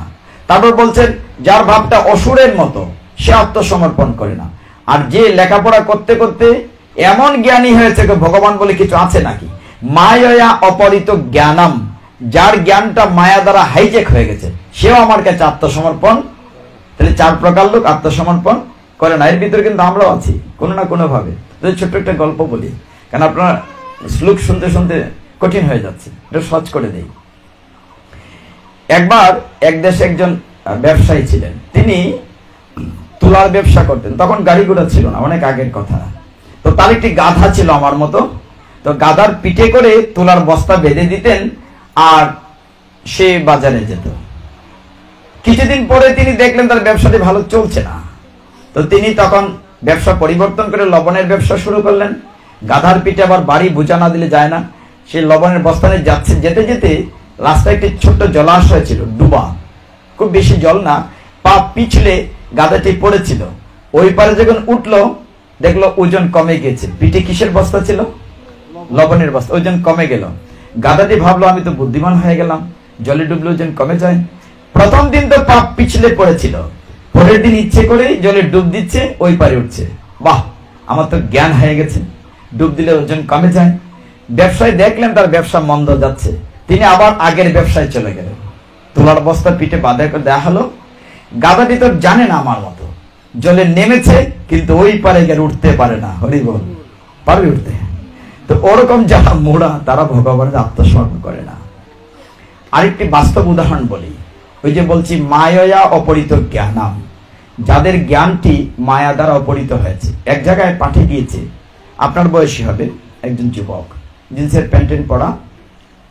তো তিনি বলছেন, প্রভু শুনেন মন দিয়ে কথাটি। তো ওই ছেলের যুবক বলি, ও বলছে আপনারা যে রাত দিন খালি ভগবান ভগবান নিয়ে গীতা নিয়ে থাকেন, ভগবান কি আছে? ভগবান দেখাতে পারবেন? ভগবান আছেন প্রমাণ করতে পারবেন? আর দেখুন, ভগবানকে দেখানো হয়তো যাবে না, দেখার মতো আপনার চোখের পাওয়ার নাই, কিন্তু ভগবান যে আছেন 2 মিনিটে প্রমাণ করা যাবে। বলে হ্যাঁ প্রমাণ করেন। মানে লেখাপড়া করতে করতে যে জ্ঞানটি নাস্তিকতায় চলে যায়। তো সেই ছেলেটি বলল প্রমাণ করে। তাই বললাম ঠিক আছে, এরকম হাউস প্রোগ্রাম। বলে যে ঠিক আছে, বলেন আপনার জন্ম তারিখ কোথায় আছে? বলে কেন? জন্ম তারিখ তো ভোটার কার্ডে আছে। আছে না প্রভু? জন্ম নিবন্ধনে আছে, বার্থ সার্টিফিকেটে আছে, পাসপোর্টে আছে, বলে বিভিন্ন জায়গা আছে। এইবার বলেন আপনার মৃত্যু তারিখ কোথায় আছে? বলে মৃত্যু তারিখ আবার কেউ জানে নাকি? বলে আপনি কৃপা করে বলুন মৃত্যু তারিখ কোথায় থাকে। মানুষ যখন রাগ করে তখন সত্য কথা বলে। আমি বললাম আপনাকে আজকে বলতেই হবে আপনার জন্ম তারিখ কোথায় আছে বলেছেন, মৃত্যু তারিখ কোথায় তাকে বলতে হবে। রাগের ছুটে ভদ্রলোক বলেন কেন? মৃত্যু তারিখ তো তাকে উপরওয়ালার কাছে। হরি বল। তাহলে আপনি স্বীকার করলেন উপরওয়ালা বললে একজন আছে। আমি কিন্তু বলি নাই ভগবান আছেন, আপনি প্রমাণ করলেন ভগবান একজন আছেন। তারপর দৃশ্যটার অন্যরকম ছিল। ওই ভদ্রলোক হাওমা করে কান্না করে লম্বা হয়ে চরণে পড়ছে, প্রভু ওরকম করে তো আমরা বুঝতে চেষ্টা করিনি। বলে আপনারা ইয়াং জেনারেশন বুঝতে হবে, ভগবানের ইচ্ছে ছাড়া গাছের একটি পাতাও নড়ে না। আপনি ইচ্ছে করলেই নিজে কিছু করতে পারেন না। ছোট্ট একটু উদাহরণ দেই, এই যে আমরা এখানে বসেছি, এখান থেকে উঠতে পারবো তার সিউরিটি কেউ দিতে পারি কিনা? কেউ পারবে? Nobody else. আরেকটু উদাহরণ দেই, মনে করেন আমরা নিজেদেরকে নেতা, অনেক বড় পাওয়ারফুল লোক মনে করি, আসলে আমাদের কোনো ক্ষমতা নাই। কেমন করে বলি? এই যে আমরা পৃথিবীতে এসছি, জন্ম নিয়েছি, নিজে নিজে পেরেছি? আমরা তো ব্রহ্মা না, স্বয়ম্ভু না। জন্ম দিয়েছেন পিতা মাতা, মানে জন্ম দিয়েছেন অন্যজন। আমি কি নিজে জন্ম নিতে পেরেছি? মা জন্ম দিয়েছেন অন্যজন।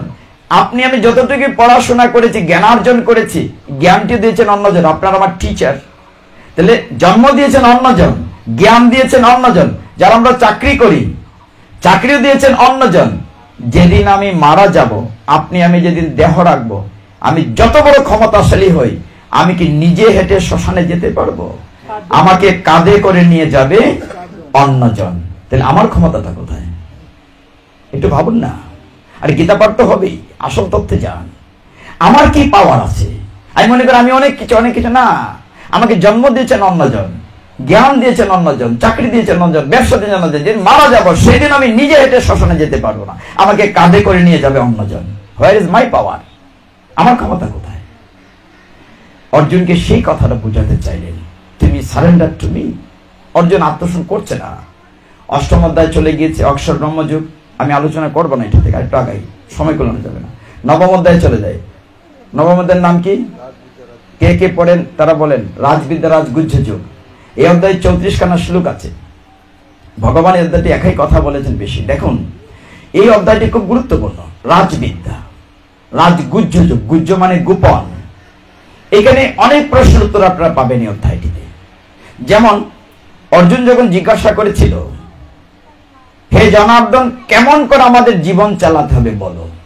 এই যে আমরা মানুষ আছি, কি করে জীবন কাটাবো, কি করলে তোমার কৃপা পাবো?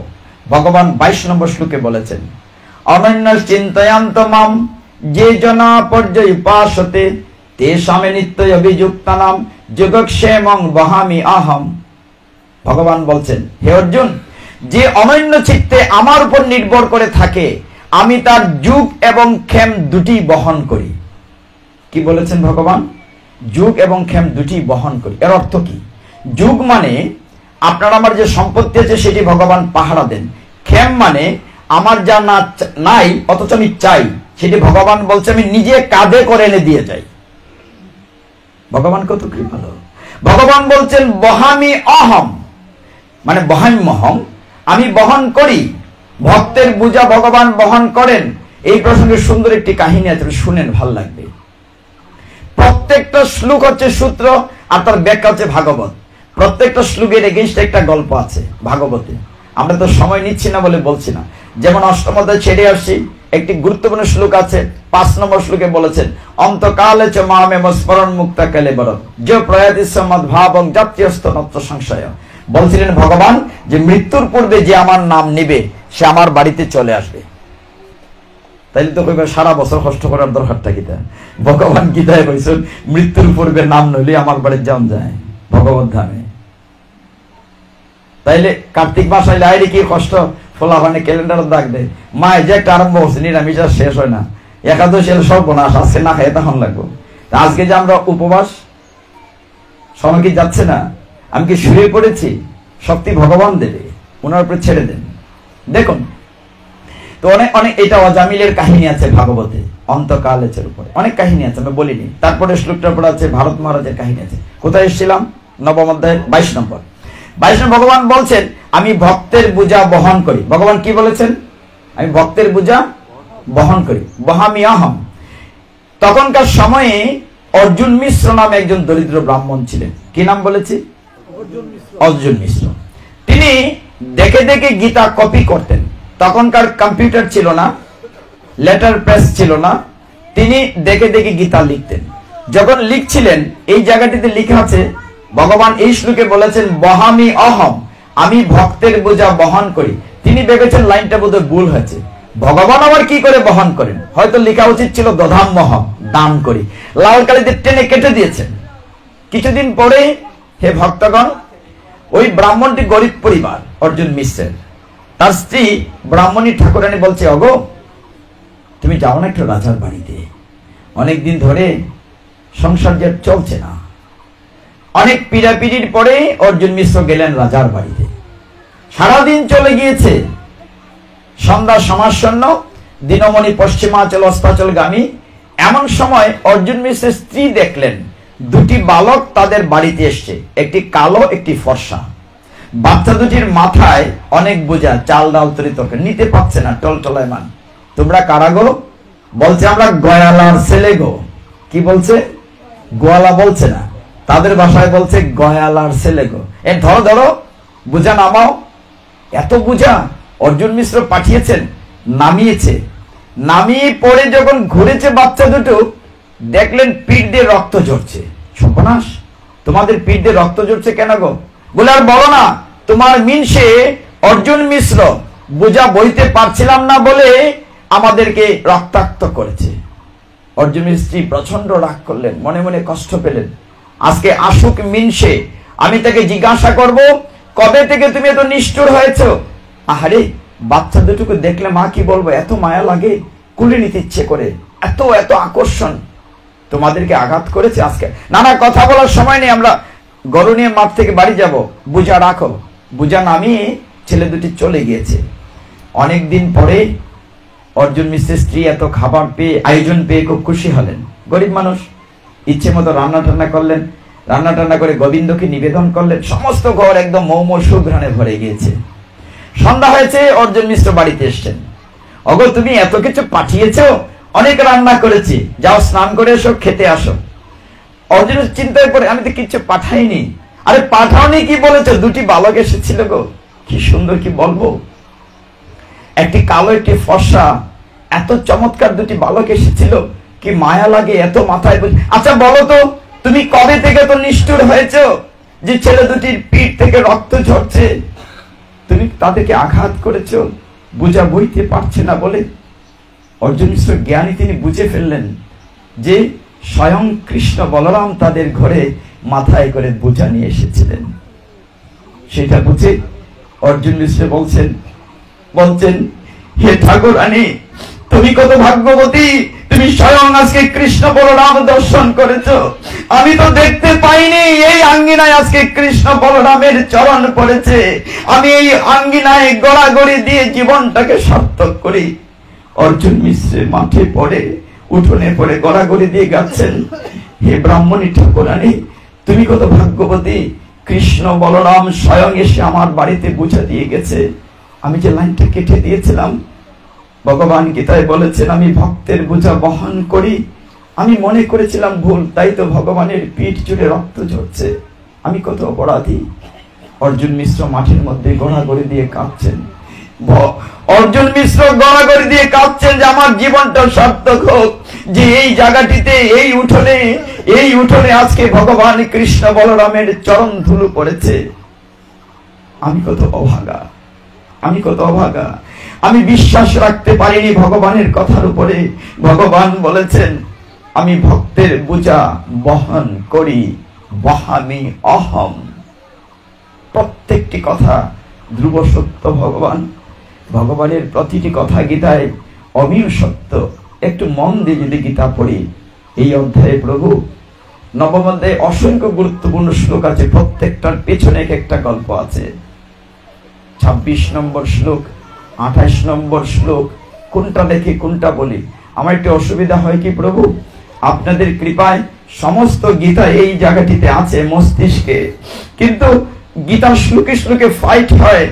ও বলে আমাকে বলো, ও বলে আমাকে বলো, কিন্তু আমি কোনটা রেখে কোনটা বলি। ভগবান অর্জুন মিশ্রের মধ্য দিয়ে সেই জ্ঞানটি দিয়েছেন যে বলো, আমি ভগবানের কথাও বিশ্বাস করেছিলাম। গীতার নবম অধ্যায়ের 22 নম্বর শ্লোকটি আমি কেটে দিয়েছিলাম, কিন্তু ভগবান প্রমাণ করেছেন আমি ভক্তের বোঝা বহন করি। আর একটি শ্লোকের যদি ব্যাখ্যা দেই অবাক হয়ে যাবেন।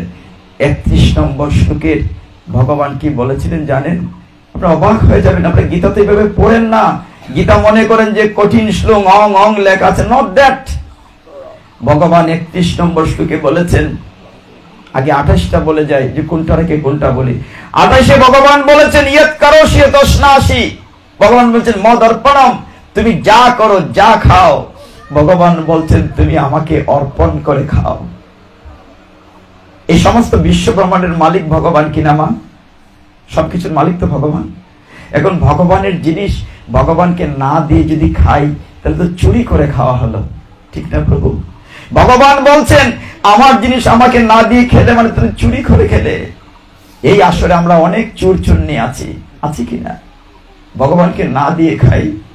একটু ভেবে দেখুন না, আপনি আমি কি নিয়ে এসেছিলাম পৃথিবীতে? ন্যাংটা এসেছিলাম, ন্যাংটা চলে যাব। এই যে সুন্দর শাড়ি গহনা জামা কাপড় আমরা পরেছি, আমরা কি মাতৃ গর্ভ থেকে এনেছি মা? ভগবান দিয়েছেন। অথচ কত অকৃতজ্ঞের মতো বলি ভগবান তুমি আমাকে কিচ্ছু দিচ্ছ না। কত অকৃতজ্ঞ, কি দেন নাই ভগবান? এত বিশাল সূর্য দিয়ে আলো দিচ্ছেন, কারেন্টের বিল দেই, ভগবানের সূর্যের জন্য 1 টাকা বিলও দেই না। ভগবানের চাঁদের কিরণ দিয়ে শস্য দানা ভিজিয়েছেন, ভগবানকে 1 টাকা বিল দেই না। ভগবান জল দিয়েছেন, জলের জন্য বিল দেই না।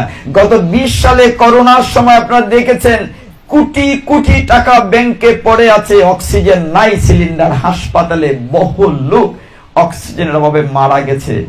ভগবানের এই বিশাল পৃথিবী থেকে আমরা কোটি কোটি টাকার অক্সিজেন প্রতিদিন নিচ্ছি।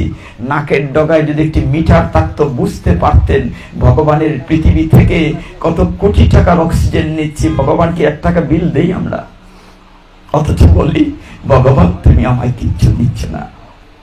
মা একটা ছোট্ট কথা বলি, এই 26 শ্লোকে ভগবান 28-এ বলেছেন ভগবান যে তুমি যা খাও আমাকে দিয়ে খাবে। আমরা ভগবানের কথা মানি না মা। উদাহরণ বলি, মনে করো মা তোমাদের বাড়িতে আজকে আমাদের নিমন্ত্রণ করেছো, না যাব না এমনি বলছি আর কি, নিমন্ত্রণ করেছো, হয়তো ফুলকপি টমেটো ঘি দিয়ে ফার্স্ট ক্লাস খিচুড়ি রান্না করেছো, কিন্তু যখন মহোৎসব হয়, মহোৎসবের পরে ভক্তগণ পাতলা খিচুড়ি, বুটের ডাল সিদ্ধ হয় নাই, আলো দেখা যাচ্ছে বেশে আছে, প্লেটে নিয়ে গরম গরম খিচুড়ি সুরুত সুরুত করে খাই। ঘরের খিচুড়িটার স্বাদ না উৎসবেরটা স্বাদ? কোনটা স্বাদ? ওইটাতে ঘি দেওয়া হয় নাই, আলু কপি কিছুই দেওয়া হয় নাই, কিন্তু এটা ভগবানের নিবেদন করা হয়েছে। ওই কথাটি ভগবান গীতায় বলেছেন। আর কেমনে সহজ করে বলি, 31 নম্বর শ্লোক, অনেক সময় লাগবে ব্যাখ্যা করতে, তবুও বলি ভগবান। আর তারপরে চলে যাব শেষের দিকে, অনেক অধ্যায় ছেড়ে দিতে 3:30 বেজে গেছে।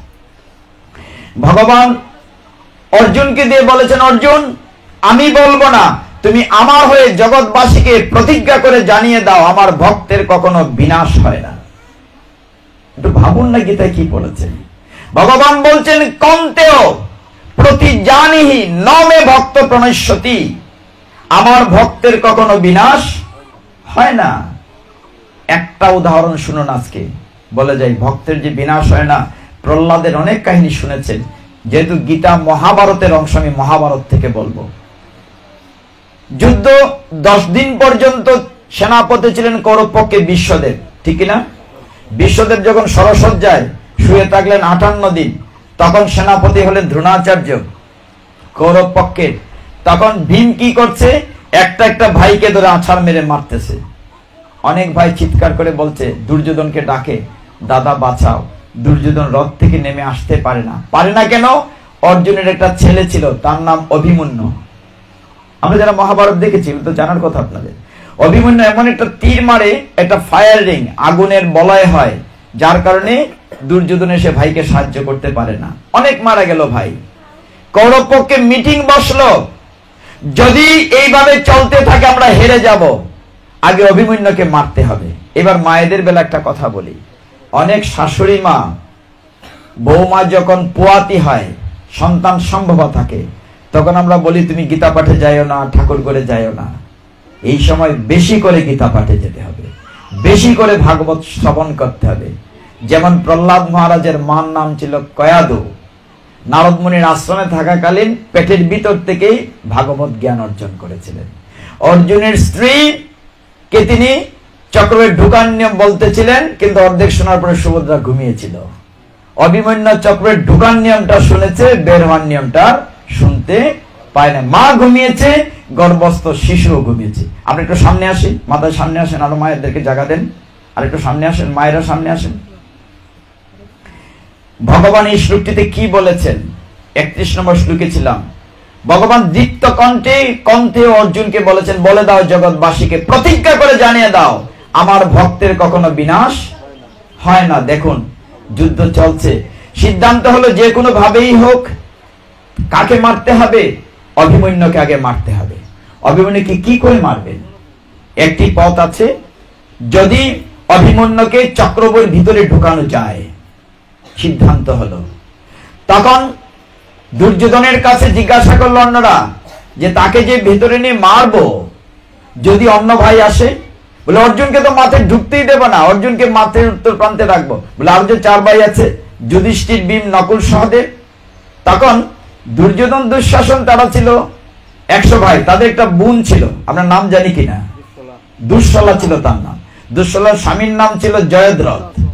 তো জয়দ্রথ বলল তার সম্বন্ধীকে, দুর্যোধনকে বলছে, হে দাদা, সম্বন্ধী লাগে তো, বলছে যে আমি শিবের প্রার্থনা করে এমন শক্তি পেয়েছি, 24 ঘন্টার জন্য আমার সাথে কেউ পারবে না, আমি চক্রবের মুখে থাকবো, কেউ ঢুকতে পারবে না। যথারীতি পরের দিন ভীষণ যুদ্ধ শুরু হলো। দেখুন অবাক কাণ্ড, কৃষ্ণ তো জানেন আজকে অভিমন্যু মারা যাবে, তিনি রথখানা নিয়ে মাঠের উত্তর প্রান্তে আরো দূর যাচ্ছেন। তার হাতের রক্ষা কবচ পড়ে গিয়েছে। আমি সংক্ষেপ করছি জায়গাটি, আমাদের উদ্দেশ্যটা কোন জায়গাটি। ভগবান গীতায় 9ম অধ্যায় 31-এ বলেছেন আমার ভক্তের কখনো বিনাশ হয় না। এই জায়গাটি প্রমাণ করার জন্য চলছে যুদ্ধ। অভিমন্যুকে বলছে ভিতরে আসো।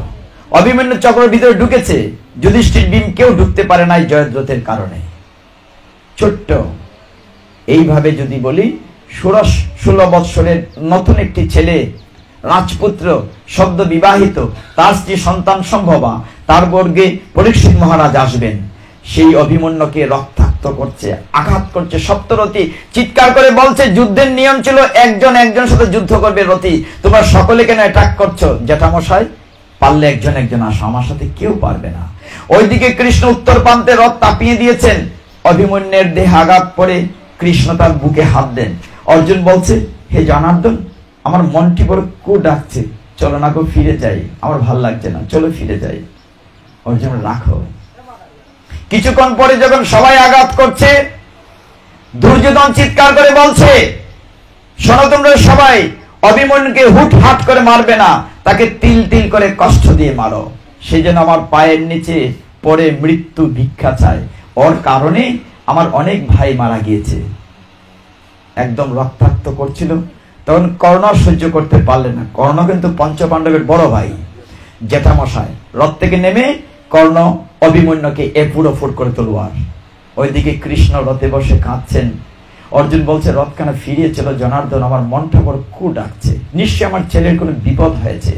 অভিমন্যুর মাথা নিচে পড়ে আছে, মুখ দিয়ে গল গল করে রক্ত পড়ছে, মাথার উপরে পা পিষে দুর্যোধন বলছে, রে পাষণ্ড, এখন সময় আছে, তুমি আমার কাছে মৃত্যু ভিক্ষা চাও।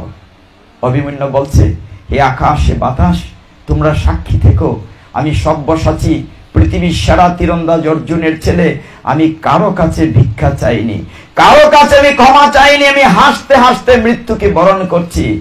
অভিমন্যু দেহ রেখেছেন, বীর গতি প্রাপ্ত হয়েছেন। সন্ধ্যা হয়েছে, কৃষ্ণ রথখানা নিয়ে এসেছেন। অভিমন্যুর লাশখানা তাদের তাঁবুর সামনে সাদা কাপড় দিয়ে ঢাকা। অর্জুন কাপড় উঠিয়ে দেখে তার প্রিয় সন্তান অভিমন্যু। তাকে কে মারল? তাকে তো মারার শক্তি এই যুদ্ধক্ষেত্রে কারো নেই। দাদা যুধিষ্ঠির, তুমি কোথায় ছিলে? দাদা ভীম, তুমি কোথায় ছিলে? ভাই নকুল সহদেব, তোমরা কোথায় ছিলে? তোমাদের সামনের স্নেহের দণ্ডটিকে ক্ষত বিক্ষত করে মারলো। সবাই বলল, ভাই রে, আমরা তো পারিনি চক্রব্যূহে ঢুকতে। কেন পারোনি? পারিনি, দরজায় দাঁড়ানো ছিল জয়দ্রথ। অর্জুন চিৎকার করে উঠেছে, না না, আজকে আমার ছেলের শেষকৃত্য হবে না, দেওয়া হবে না। আমি ক্ষত্রিয় অর্জুন প্রতিজ্ঞা করছি, আগামীকাল সূর্যাস্তের পূর্বে আমি জয়দ্রথকে হত্যা করব। দুইটি দেহ একসাথে সব দেওয়া হবে। আর যদি না পারি সূর্যাস্তের পূর্বে, আমি অর্জুন প্রতিজ্ঞা করছি, আমি অগ্নি সমাধি নেব। শ্মশান সাজানো থাকবে মধ্যমাঠে কুরুক্ষেত্রে, আমি তার ভিতরে প্রবেশ করব। চারদিকে রটনা হয়ে গেল।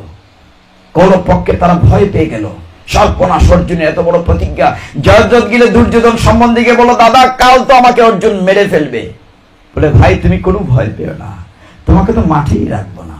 তুমি মাঠের বাইরে তাঁবুতে থাকবে, পাহারাদার থাকবে। আর মাত্র তো 12 ঘন্টা, সূর্য ডুবলে তো অর্জুন আত্মহত্যা করে, আমি যুদ্ধে জিতে যাব। প্লেনে যে যুদ্ধ শুরু হলো। অর্জুন বারবার কৃষ্ণকে বলছে, জনার্দন তাড়াতাড়ি চালাও, সূর্য যে মধ্য গগনে, এখনো জয়দ্রথের দেখা পাচ্ছি না, তাড়াতাড়ি চালাও। ভগবান যে যুগেশ্বর, আমি শুরু করেছিলাম কথাটিতে মন, সমস্ত টেকনিকের রাজা ভগবান। আর নবম অধ্যায় 31 কি ঘোষণা দিয়েছেন, যে নমে ভক্ত প্রণশ্যতি, আমার ভক্তের কখনো বিনাশ। মধ্যমাঠে আসার কাছাকাছি, সূর্য প্রায় ডুবে যাচ্ছে পেছন দিকে। জনার্দনের জয়দ্রথের দেখা নেই। জয়দ্রথ দূরে তাঁবুতে থেকে পর্দা ফাঁক করে দেখছে সূর্য ডুবছে কিনা। হাতে কেনা মশাল রেডি করেছে, সূর্য ডুববে, অর্জুন মধ্যমাঠে শ্মশানে আসবে, আমি তার মুখাগ্নি করব। জয়দ্রথ প্রস্তুত। কিছুক্ষণ পরে ভগবান কি করেছেন, মধ্যমাঠে যখন রথখানা গিয়েছে, শ্মশানের কাছাকাছি সাজানো আছে এরকম, ভগবান বললেন সুদর্শন, সাথে সাথে হাত থেকে চক্রটা গিয়ে সূর্যকে ঢেকে দিল। সবাই ভাবলো সন্ধ্যা হয়ে গিয়েছে। জয়দ্রথ তাঁবু থেকে বের হয়ে এক দৌড়ে মধ্যমাঠে। এখন দৃশ্যটা আপনারা কল্পনা করুন। আমরা সকলে কিন্তু যুদ্ধক্ষেত্রে আছি, শুরুর কথা মনে আছে? আমরা সকলেই কি বলেছিলাম? অর্জুন। সকলে আমরা অর্জুন। তাহলে মধ্যমাঠে এরকম শ্মশান সাজানো, একদিকে কৃষ্ণ অর্জুনের রথ, আর একদিকে জয়দ্রথ মশাল নিয়ে নাচছে, আসো আসো আমি তোমার মুখাগ্নি করব। দেখো সূর্য ডুবে গিয়েছে, কৃষ্ণ রথের উপর চুপচাপ বসে আছে। দৃশ্যটা খেয়াল করুন, ভগবান কেমন করে ভক্তকে রক্ষা করেন। হে ভক্তগণ, দুর্যোধন ঠাট্টা করছে কৃষ্ণকে নিয়ে। অর্জুনকে বলছে, অর্জুন তুমি গোয়ালার বেটাকে ভগবান বলেছিলে, দেখো তোমার ভগবান তোমাকে রক্ষা করতে পেরেছে, নামো, আসো, আত্মহত্যা করো। অর্জুন পেছন দিকে তাকাচ্ছে, সত্যি তো ভগবান তোমাকে রক্ষা করতে পারেনি, সূর্য ডুবে গিয়েছে। তার ভিতরে ভগবান প্রতি বিশ্বাস কিছুটা টলায়মান হয়েছে। কার থেকে ধনুটা গাড়িটা রথে রেখে দিয়ে দিয়েছে, যে আমি তো মরে যাব, স্মৃতি তো থাকুক, ছেলে মেয়ে দেখবে। ভগবান, না না, তুমি তো পুড়ে মরে যাচ্ছ, ধনুটাও সাথে নিয়ে যাও। ভগবান তো সুপার নাট্যকার, পরের দৃশ্য কি হবে উনি তো আগেই প্ল্যান করে রেখেছেন। ধনুটাও নিয়ে যাও, পুড়ে যাও। তখন আরো খারাপ লাগলো অর্জুনের, তাহলে আমি পুড়ে যাচ্ছি, কৃষ্ণ চাচ্ছেন আমাকে বাঁচালেন না, আমি তাকে ভগবান বলে বিশ্বাস করছিলাম। এক পা করে শ্মশানের দিকে যাচ্ছে। মধ্যখানে শ্মশান সাজানো, একদিকে জয়দ্রথ মশাল নিয়ে, আর একদিকে অর্জুন এক পা করে যাচ্ছে। যেই সামনাসামনি হয়েছে রেঞ্জের ভিতরে, ভগবান আবার বললেন সুদর্শন। সুদর্শন চক্র সূর্যের সামনে থেকে আবার চলে আসলো ভগবানের তর্জনীতে। আবার সূর্য চলে আসলো।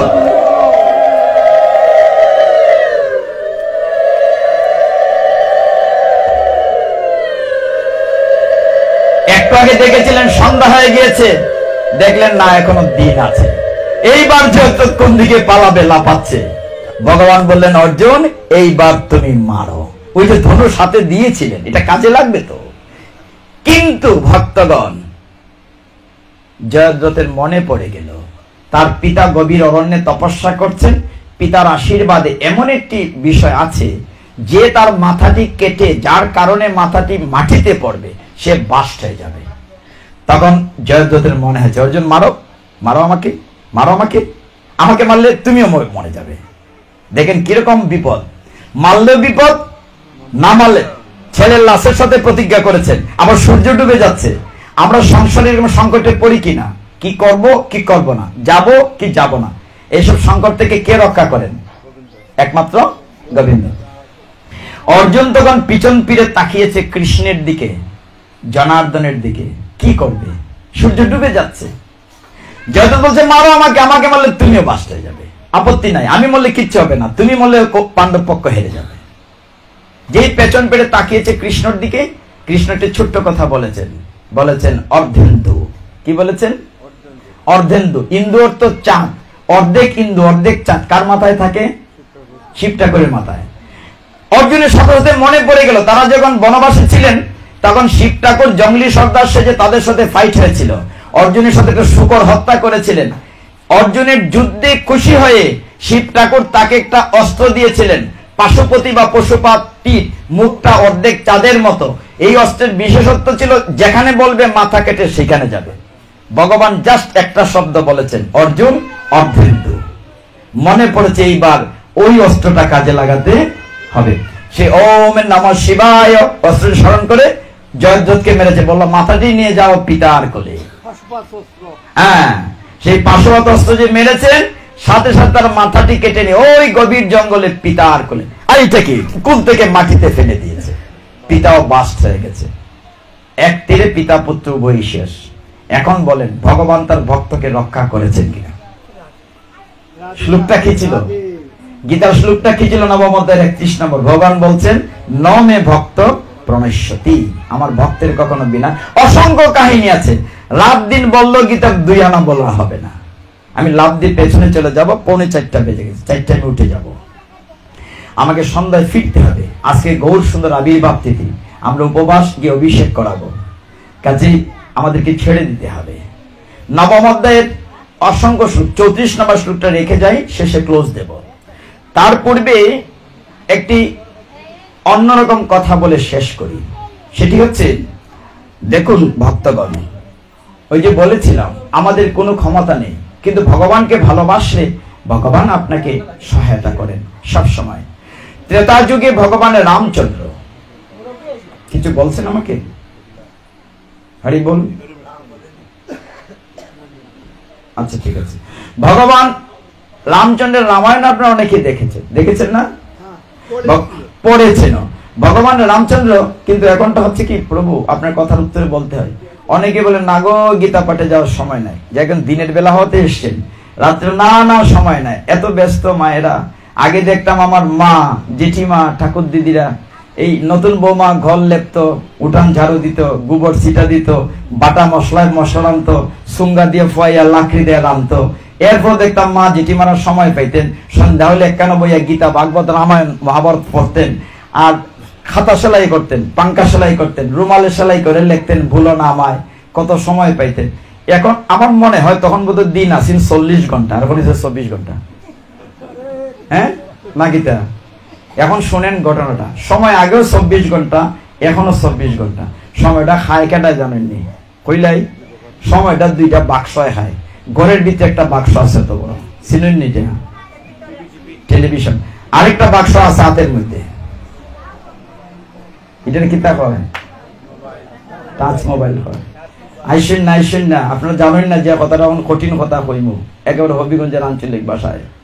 একটা ছেলে বা মেয়েকে নষ্ট করার জন্য একটা টাচ মোবাইলের একটা খালি ঘর, আর কিছুই লাগবে না। একটা টাচ মোবাইল একটা খালি করার কিছুই লাগবে না। আপনার প্রশ্ন করতে পারেন আমরা লেখাপড়া শিখি মোবাইল থেকে, আই এগ্রিড ইট, আমি এটা এলাও করি, কিন্তু এর অর্থ এডিক্টেড না। আপনি এর প্রতি আসক্ত হবেন কেন? মোবাইল হচ্ছে টাইম হান্টার। সময়কে খেয়ে নিচ্ছেন, কল্পনা করতে পারবেন আপনার জীবন থেকে কত সময় খেয়ে নিচ্ছে মোবাইলে।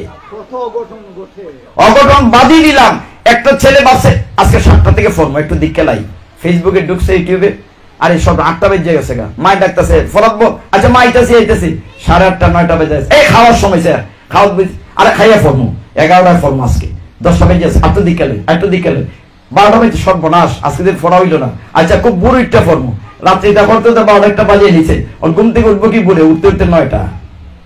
কিভাবে সময় কায় আপনি কল্পনা করতে পারবেন না। খুব সাবধান থাকবেন ছোট যন্ত্রটা থেকে। কইলে ভাই না গো আমার সময় নাই, আবার জি বাংলার সিরিয়াল না দেখলে তো পেটের ভাতও জমায় না। হ্যাঁ, ওইখান থেকে উঠে আসতে হবে। ছেলে মেয়েকে রক্ষা করার আশেপাশে মুসলিম ফ্যামিলি আছে কিনা? এই সাউন্ড কি বাইরে যাচ্ছে? তাহলে সংক্ষেপে ছোট্ট একটা কথা বলি, সেটা হচ্ছে আমাদের ছেলে মেয়েদেরকে রক্ষা করার জন্য তাদেরকে গীতা পড়াতে হবে, ভাগবত পড়াতে হবে। কেন বলি? আপনি আমি কি জানি আমার ছেলে মেয়ে কোথায় থাকে, কার সাথে মিশে? আমার ছেলে, আপনার ছেলে মেয়ে মনে করেন মেডিকেলে পড়ে, ইঞ্জিনিয়ার পড়ে, ঢাকা চিটাগাং পড়ে না?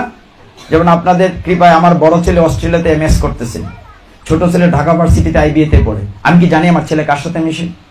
আমার ছেলেকে হয়তো বলা আছে তোদের আবার ভগবান কে বন দিয়ে ফেসাইয়া দুর্গা মা বানাস ফিসাদা বাস দে 2 দিন মা ডাকস, পরের দিন গাঙ্গ ফলাই দিস, আইও আমরা একটা। আমার ছেলে তো উত্তর জানে না। কথাগুলো কিন্তু খুব বাস্তব। আপনার ছেলে মেয়েকে রক্ষা করার জন্য গীতা ভাগবত পড়াতে হবে। আমার দরকার না, আপনাদের দরকার, আপনার সন্তানকে রক্ষা করার জন্য। এই কথা। আর গীতা পাঠ করে কি হবে? যদি ছেলে মেয়ে খালি মোবাইল দিলাম আর মোটরসাইকেল দিলাম, খাইলা ঘর দিলাম, তাহলে তো লাভ হইল না। মায়েদের কাছে একটা শেষ অনুরোধ করি, পিতাজিদের কাছে না। অগমা লক্ষ্মী মায়েরা আমার, আমি হয়তো জীবনে এখানে 2বার নাও আসতে পারি, অনুরোধ আপনাদের কাছে, আপনার ছেলেমেয়েরা প্রত্যেক দিন স্কুল বা কলেজে যায় কিনা? যাওয়ার আগে স্নান করে, হয়তো বা করে, স্নান করলে প্রত্যেকের করে ঠাকুর ঘর আছে কিনা? ছোট হোক বড় হোক, ফটো আছে তো? বলবেন আমি তোমার ব্যাগটা গুছিয়ে দেব, আমি তোমার মুখে তুলে টিফিন দেব, জল খাবার দেব। বাবা মা লক্ষ্মী মা, ভগবান কুষ্টির সামনে গীতার 2টা শ্লোক পড়ো, ভুল করো কোনো আপত্তি নাই, সমস্ত দায়িত্ব আমার। একটা বাচ্চা যদি 2টা শ্লোক পড়ে, প্রভু 1 বছর লাগবে না, গীতা শেষ হয়ে যাবে। একটু আসি না, একটু ভগবানকে ভালোবাসি না। ভগবানকে ভালোবাসার কথাতে বলছিলাম, ত্রেতা যুগে রামায়ণ কথা থেকে আরেক জায়গায় চলে গিয়েছি, ফাঁকে বাস্তব কথা কিছু বলেছি। দেখুন ভগবান রামচন্দ্র তখন বনবাসে যাচ্ছেন, কত বছরের জন্য? 14 বছরের জন্য, সাথে সীতামা ভাতা লক্ষ্মণকে নিয়ে। হে ভক্তগণ, যাওয়ার পথে গুহক চন্ডালের কেন উঠেছিলেন। গুহক জঙ্গলি সর্দার রাজা ছিল, গুহক চন্ডালের উঠেছিল, সে রাম ভক্ত। সে ভগবান রামচন্দ্রকে পাতা দিয়ে বিছানা করে দিয়েছে, শয্যা, সীতামাকে শোয়ার জন্য। আমার দিকে মনোযোগী হন, অন্যদিকে হবেন না। 4টায় শেষ করে দেব, কাটায়। তখন ভগবান রামচন্দ্রের কথা গল্প হচ্ছিল রাত্রির বেলা গুহক চন্ডালের বাড়িতে। ওই আসরে একজন নৌকার মাঝি ছিল, তার নাম ছিল কিবট মাঝি। কি নাম বলেছি মা? আপনারা শুনছেন না তো? কি নাম বলেছি? কিবট মাঝি। ইংরেজিতে লেখা হয় WD, কিয়ট লেখা হয়। তো কিবট মাঝি ও শুনছিল, শুনে এতটাই নয়ন বাড়ি জ্বলছিল, ভগবান রামচন্দ্রকে ভালোবেসে ফেলেছে। রাত্রির বেলা গুহক চন্ডালকে বলছে রাজাকে, হে রাজা, কাল তো ভগবান রামচন্দ্র মা সীতাকে নিয়ে নদী পার হবেন, তোমার নদীতে অনেক নৌকা আছে, তুমি অন্য কোন নৌকা রেখো না রাজন, কাল শুধু আমার নৌকাটা যেন থাকে। আমার বহুদিনের ইচ্ছে ভগবানকে আমার নৌকা দিয়ে নদীটি পার করব। গুহক বলছে, হেরে কিবট, তুই একদিনই ভগবানকে তো ভালোবেসে ফেললি, বলি কি আর করা, ভগবানের রামচন্দ্র কৃপা করে এসেছেন। যথারীতি সেই কাজ। পরের দিন হলো কি শোনেন ভক্তগণ, নদীতে একটি নৌকাও নেই, মাঝখানে কিবট মাঝির নৌকাটি মাঝ নদীতে, আর কিবট মাঝি উল্টো বসেছে পেছন পেড়ে। ভগবানের রামচন্দ্র ডাকছেন, হে কিবট, নৌকাখানা তীরে ভিড়াও, হে কিবট, নৌকাখানা তীরে ভিড়াও। শুনছে কিন্তু আসছে না। লক্ষ্মণের রাগ হলো, এই তোমাকে যে ডাকছেন ভগবান শুনতে পাও না? নৌকা ভিড়াচ্ছে না। কিবার চিৎকার দিয়ে বলছে, আমি তো ইচ্ছে করেই ভিড়াচ্ছি না, ভগবান আমার নাম ধরে ডাকছেন, আমার জীবন থেকে সার্থক, ভগবান আমার নাম যাচ্ছেন, আমি আরেকটু শুনতে চাই। নৌকা আনছে না। অনেক ডাকার পরে যে নৌকাটা তীরে ভিড়েছে, কিবট মাঝি কতটুকু ভগবানের প্রতি ভালোবাসা থাকলে হয়। বলছে, ভগবান রামচন্দ্র, আমি শুনেছি তোমার চরণের বালুকণা যেখানে পড়ে পাথর হয়ে যায়, আমার তো কোনো সংস্থান নেই, এই ভাঙ্গা নৌকাখানা দিয়ে আমি সংসার নির্বাহ করি, তোমার চরণটা ধুয়ে দেই প্রভু। তুমি বালু নিয়ে ধুলা নিয়ে নৌকায় উঠবে না, একটি নৌকার তক্তা চড়াটের উপরে তিনি কি করেছেন, ভগবান রামচন্দ্র দাঁড়িয়েছেন। হে ভক্তগণ, যমুনার জল নয়, নদীর জল নয়, কিবট মাঝি বহুদিন পরে ভগবানকে সেবা করার সুযোগ পেয়েছে, ভগবানকে ভালোবেসে নয়ন বাড়ি দিয়ে ভগবানের চরণ ধুইয়ে দিচ্ছে। কি দেবেন বলেন ভগবানকে? আপনি আমি কি নিয়ে এসেছিলাম পৃথিবীতে? যা পেয়েছি তো এখানে পেয়েছি। যদি দিতে হয় ভগবানকে, 2 ফোঁটা অশ্রু জল দেন। যদি তাতেও ভগবান আমার পাপ দেহ থেকে মোমের মতো গলে গলে স্খলিত হয়, কি দেব ভগবানকে? ভগবান বলছেন শাস্ত্রে, আমি ভক্তের অশ্রু জলের বড় কাঙাল।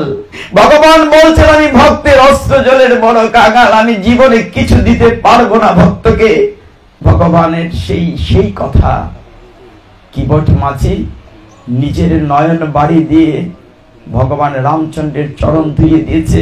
উঠতে পারছেন না ভগবান। ভগবান গো, তোমার হাতখানা আমার মাথায় ভর দিয়ে নৌকায় ওঠো। কৃষ্ণ ভক্ত বড় চতুর। কিবট মাঝি মাথায় হাত দিয়ে রামচন্দ্র নৌকায় উঠলেন, সীতামা উঠলেন, লক্ষ্মণ উঠলেন। নৌকা যাচ্ছে নদীর ওই পারে। ভক্তগণ, যাচ্ছে না, নৌকাখানা ঘুরছে, নদীর মধ্যে ঘুরছে। লক্ষ্মণ রাগ করে বলছেন, কিবট তুমি কি শুরু করেছো? নৌকাখানা তীরে বেরাও, এত সময় লাগে নদী পার হতে? বলছে, প্রভু, নদীর তীরে নিলেই তো ভগবান নেমে যাবেন, আর কবে আমি ভগবানকে দেখব? ভগবানের এই চাঁদ মুখখানা আরেকটু দেখি, ভগবানের চরণ দোকান আরেকটু দেখি, নামালেই তো শেষ হয়ে যাবে। ভক্তগণ, যখন নদীর তীরে নৌকা ভিড়ল, ভগবান রামচন্দ্র নামলেন।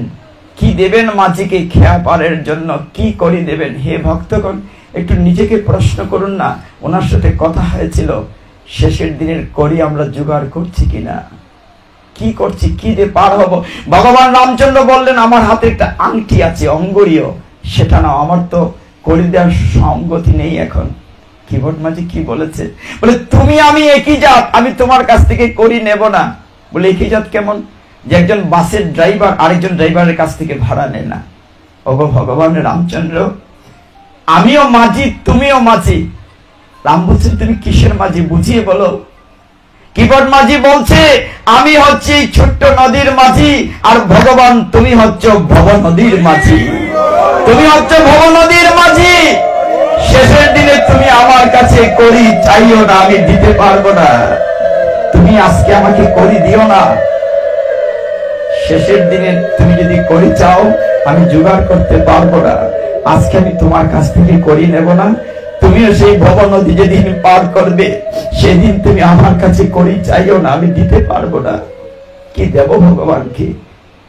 কি দিয়ে পুজিব ভগবান? মন্দিরে তুমি, মূর্তিতে তুমি, স্তবগীতে তুমি, শব্দ তোমার। আমরা অহংকার করে বাগানের ফুল এনে ভগবানকে দিয়ে বলি, দেখো ভগবান, আমি ফুল দিয়েছি, ফুলটাকে আমি ফুটিয়েছি, ফুলটাও তো ভগবানের। কি দেই আমরা ভগবানকে? একটু ভালোবাসি ভগবানকে? 2 ফোঁটা অশ্রু জল দেই ভগবানের রাতের চরণে। 2 ফোঁটা অশ্রু জলের বড় কাঙাল আমার ভগবান। একটু গীতা ভাগবত ভালোবাসি, একটু সন্তানদেরকে গীতামুখী করি, তবেই না এত দূর থেকে এসে কষ্ট করে কথা বলা। ভক্তগণ, শেষ করব এইখানেই। আমি মহাপ্রভুর কথা বলে শুরু করেছিলাম। আজকে থেকে 539 বৎসর পূর্বে কলিযুগ পাবন অবতার শ্রীমন মহাপ্রভু কৃপা করে ধরাধামে আজকের দিনে ফাল্গুনী পূর্ণিমায়, গৌর পূর্ণিমায় আবির্ভূত হয়েছিলেন। মহাপ্রভু না আসলে সনাতন ধর্ম থাকতো না, বিলীন হয়ে যেত। সেই কৃপা পেয়ে মহাপ্রভু বৃহৎ নারদীয় বলা হয়েছে পুরাণে, হরের নাম হরের নাম হরের নামৈব কেবলম কলো নাস্তিব্য নাস্তিব্য নাস্তিব্য গতির অন্যতা। এই কলিযুগে হরি নাম ছাড়া আর কোনো গতি নাই, গতি নাই, গতি নাই। মহাপ্রভু সহজ করে দিয়েছেন। এই নামটি বলে আমরা শেষ করব আজকে।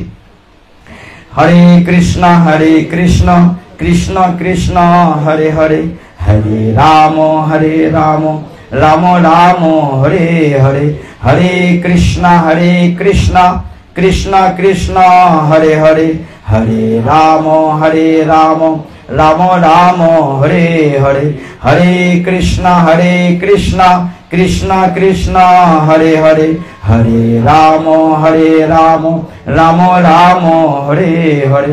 হরে তৎসৎ। আমার ভুল ত্রুটি ক্ষমা করবেন।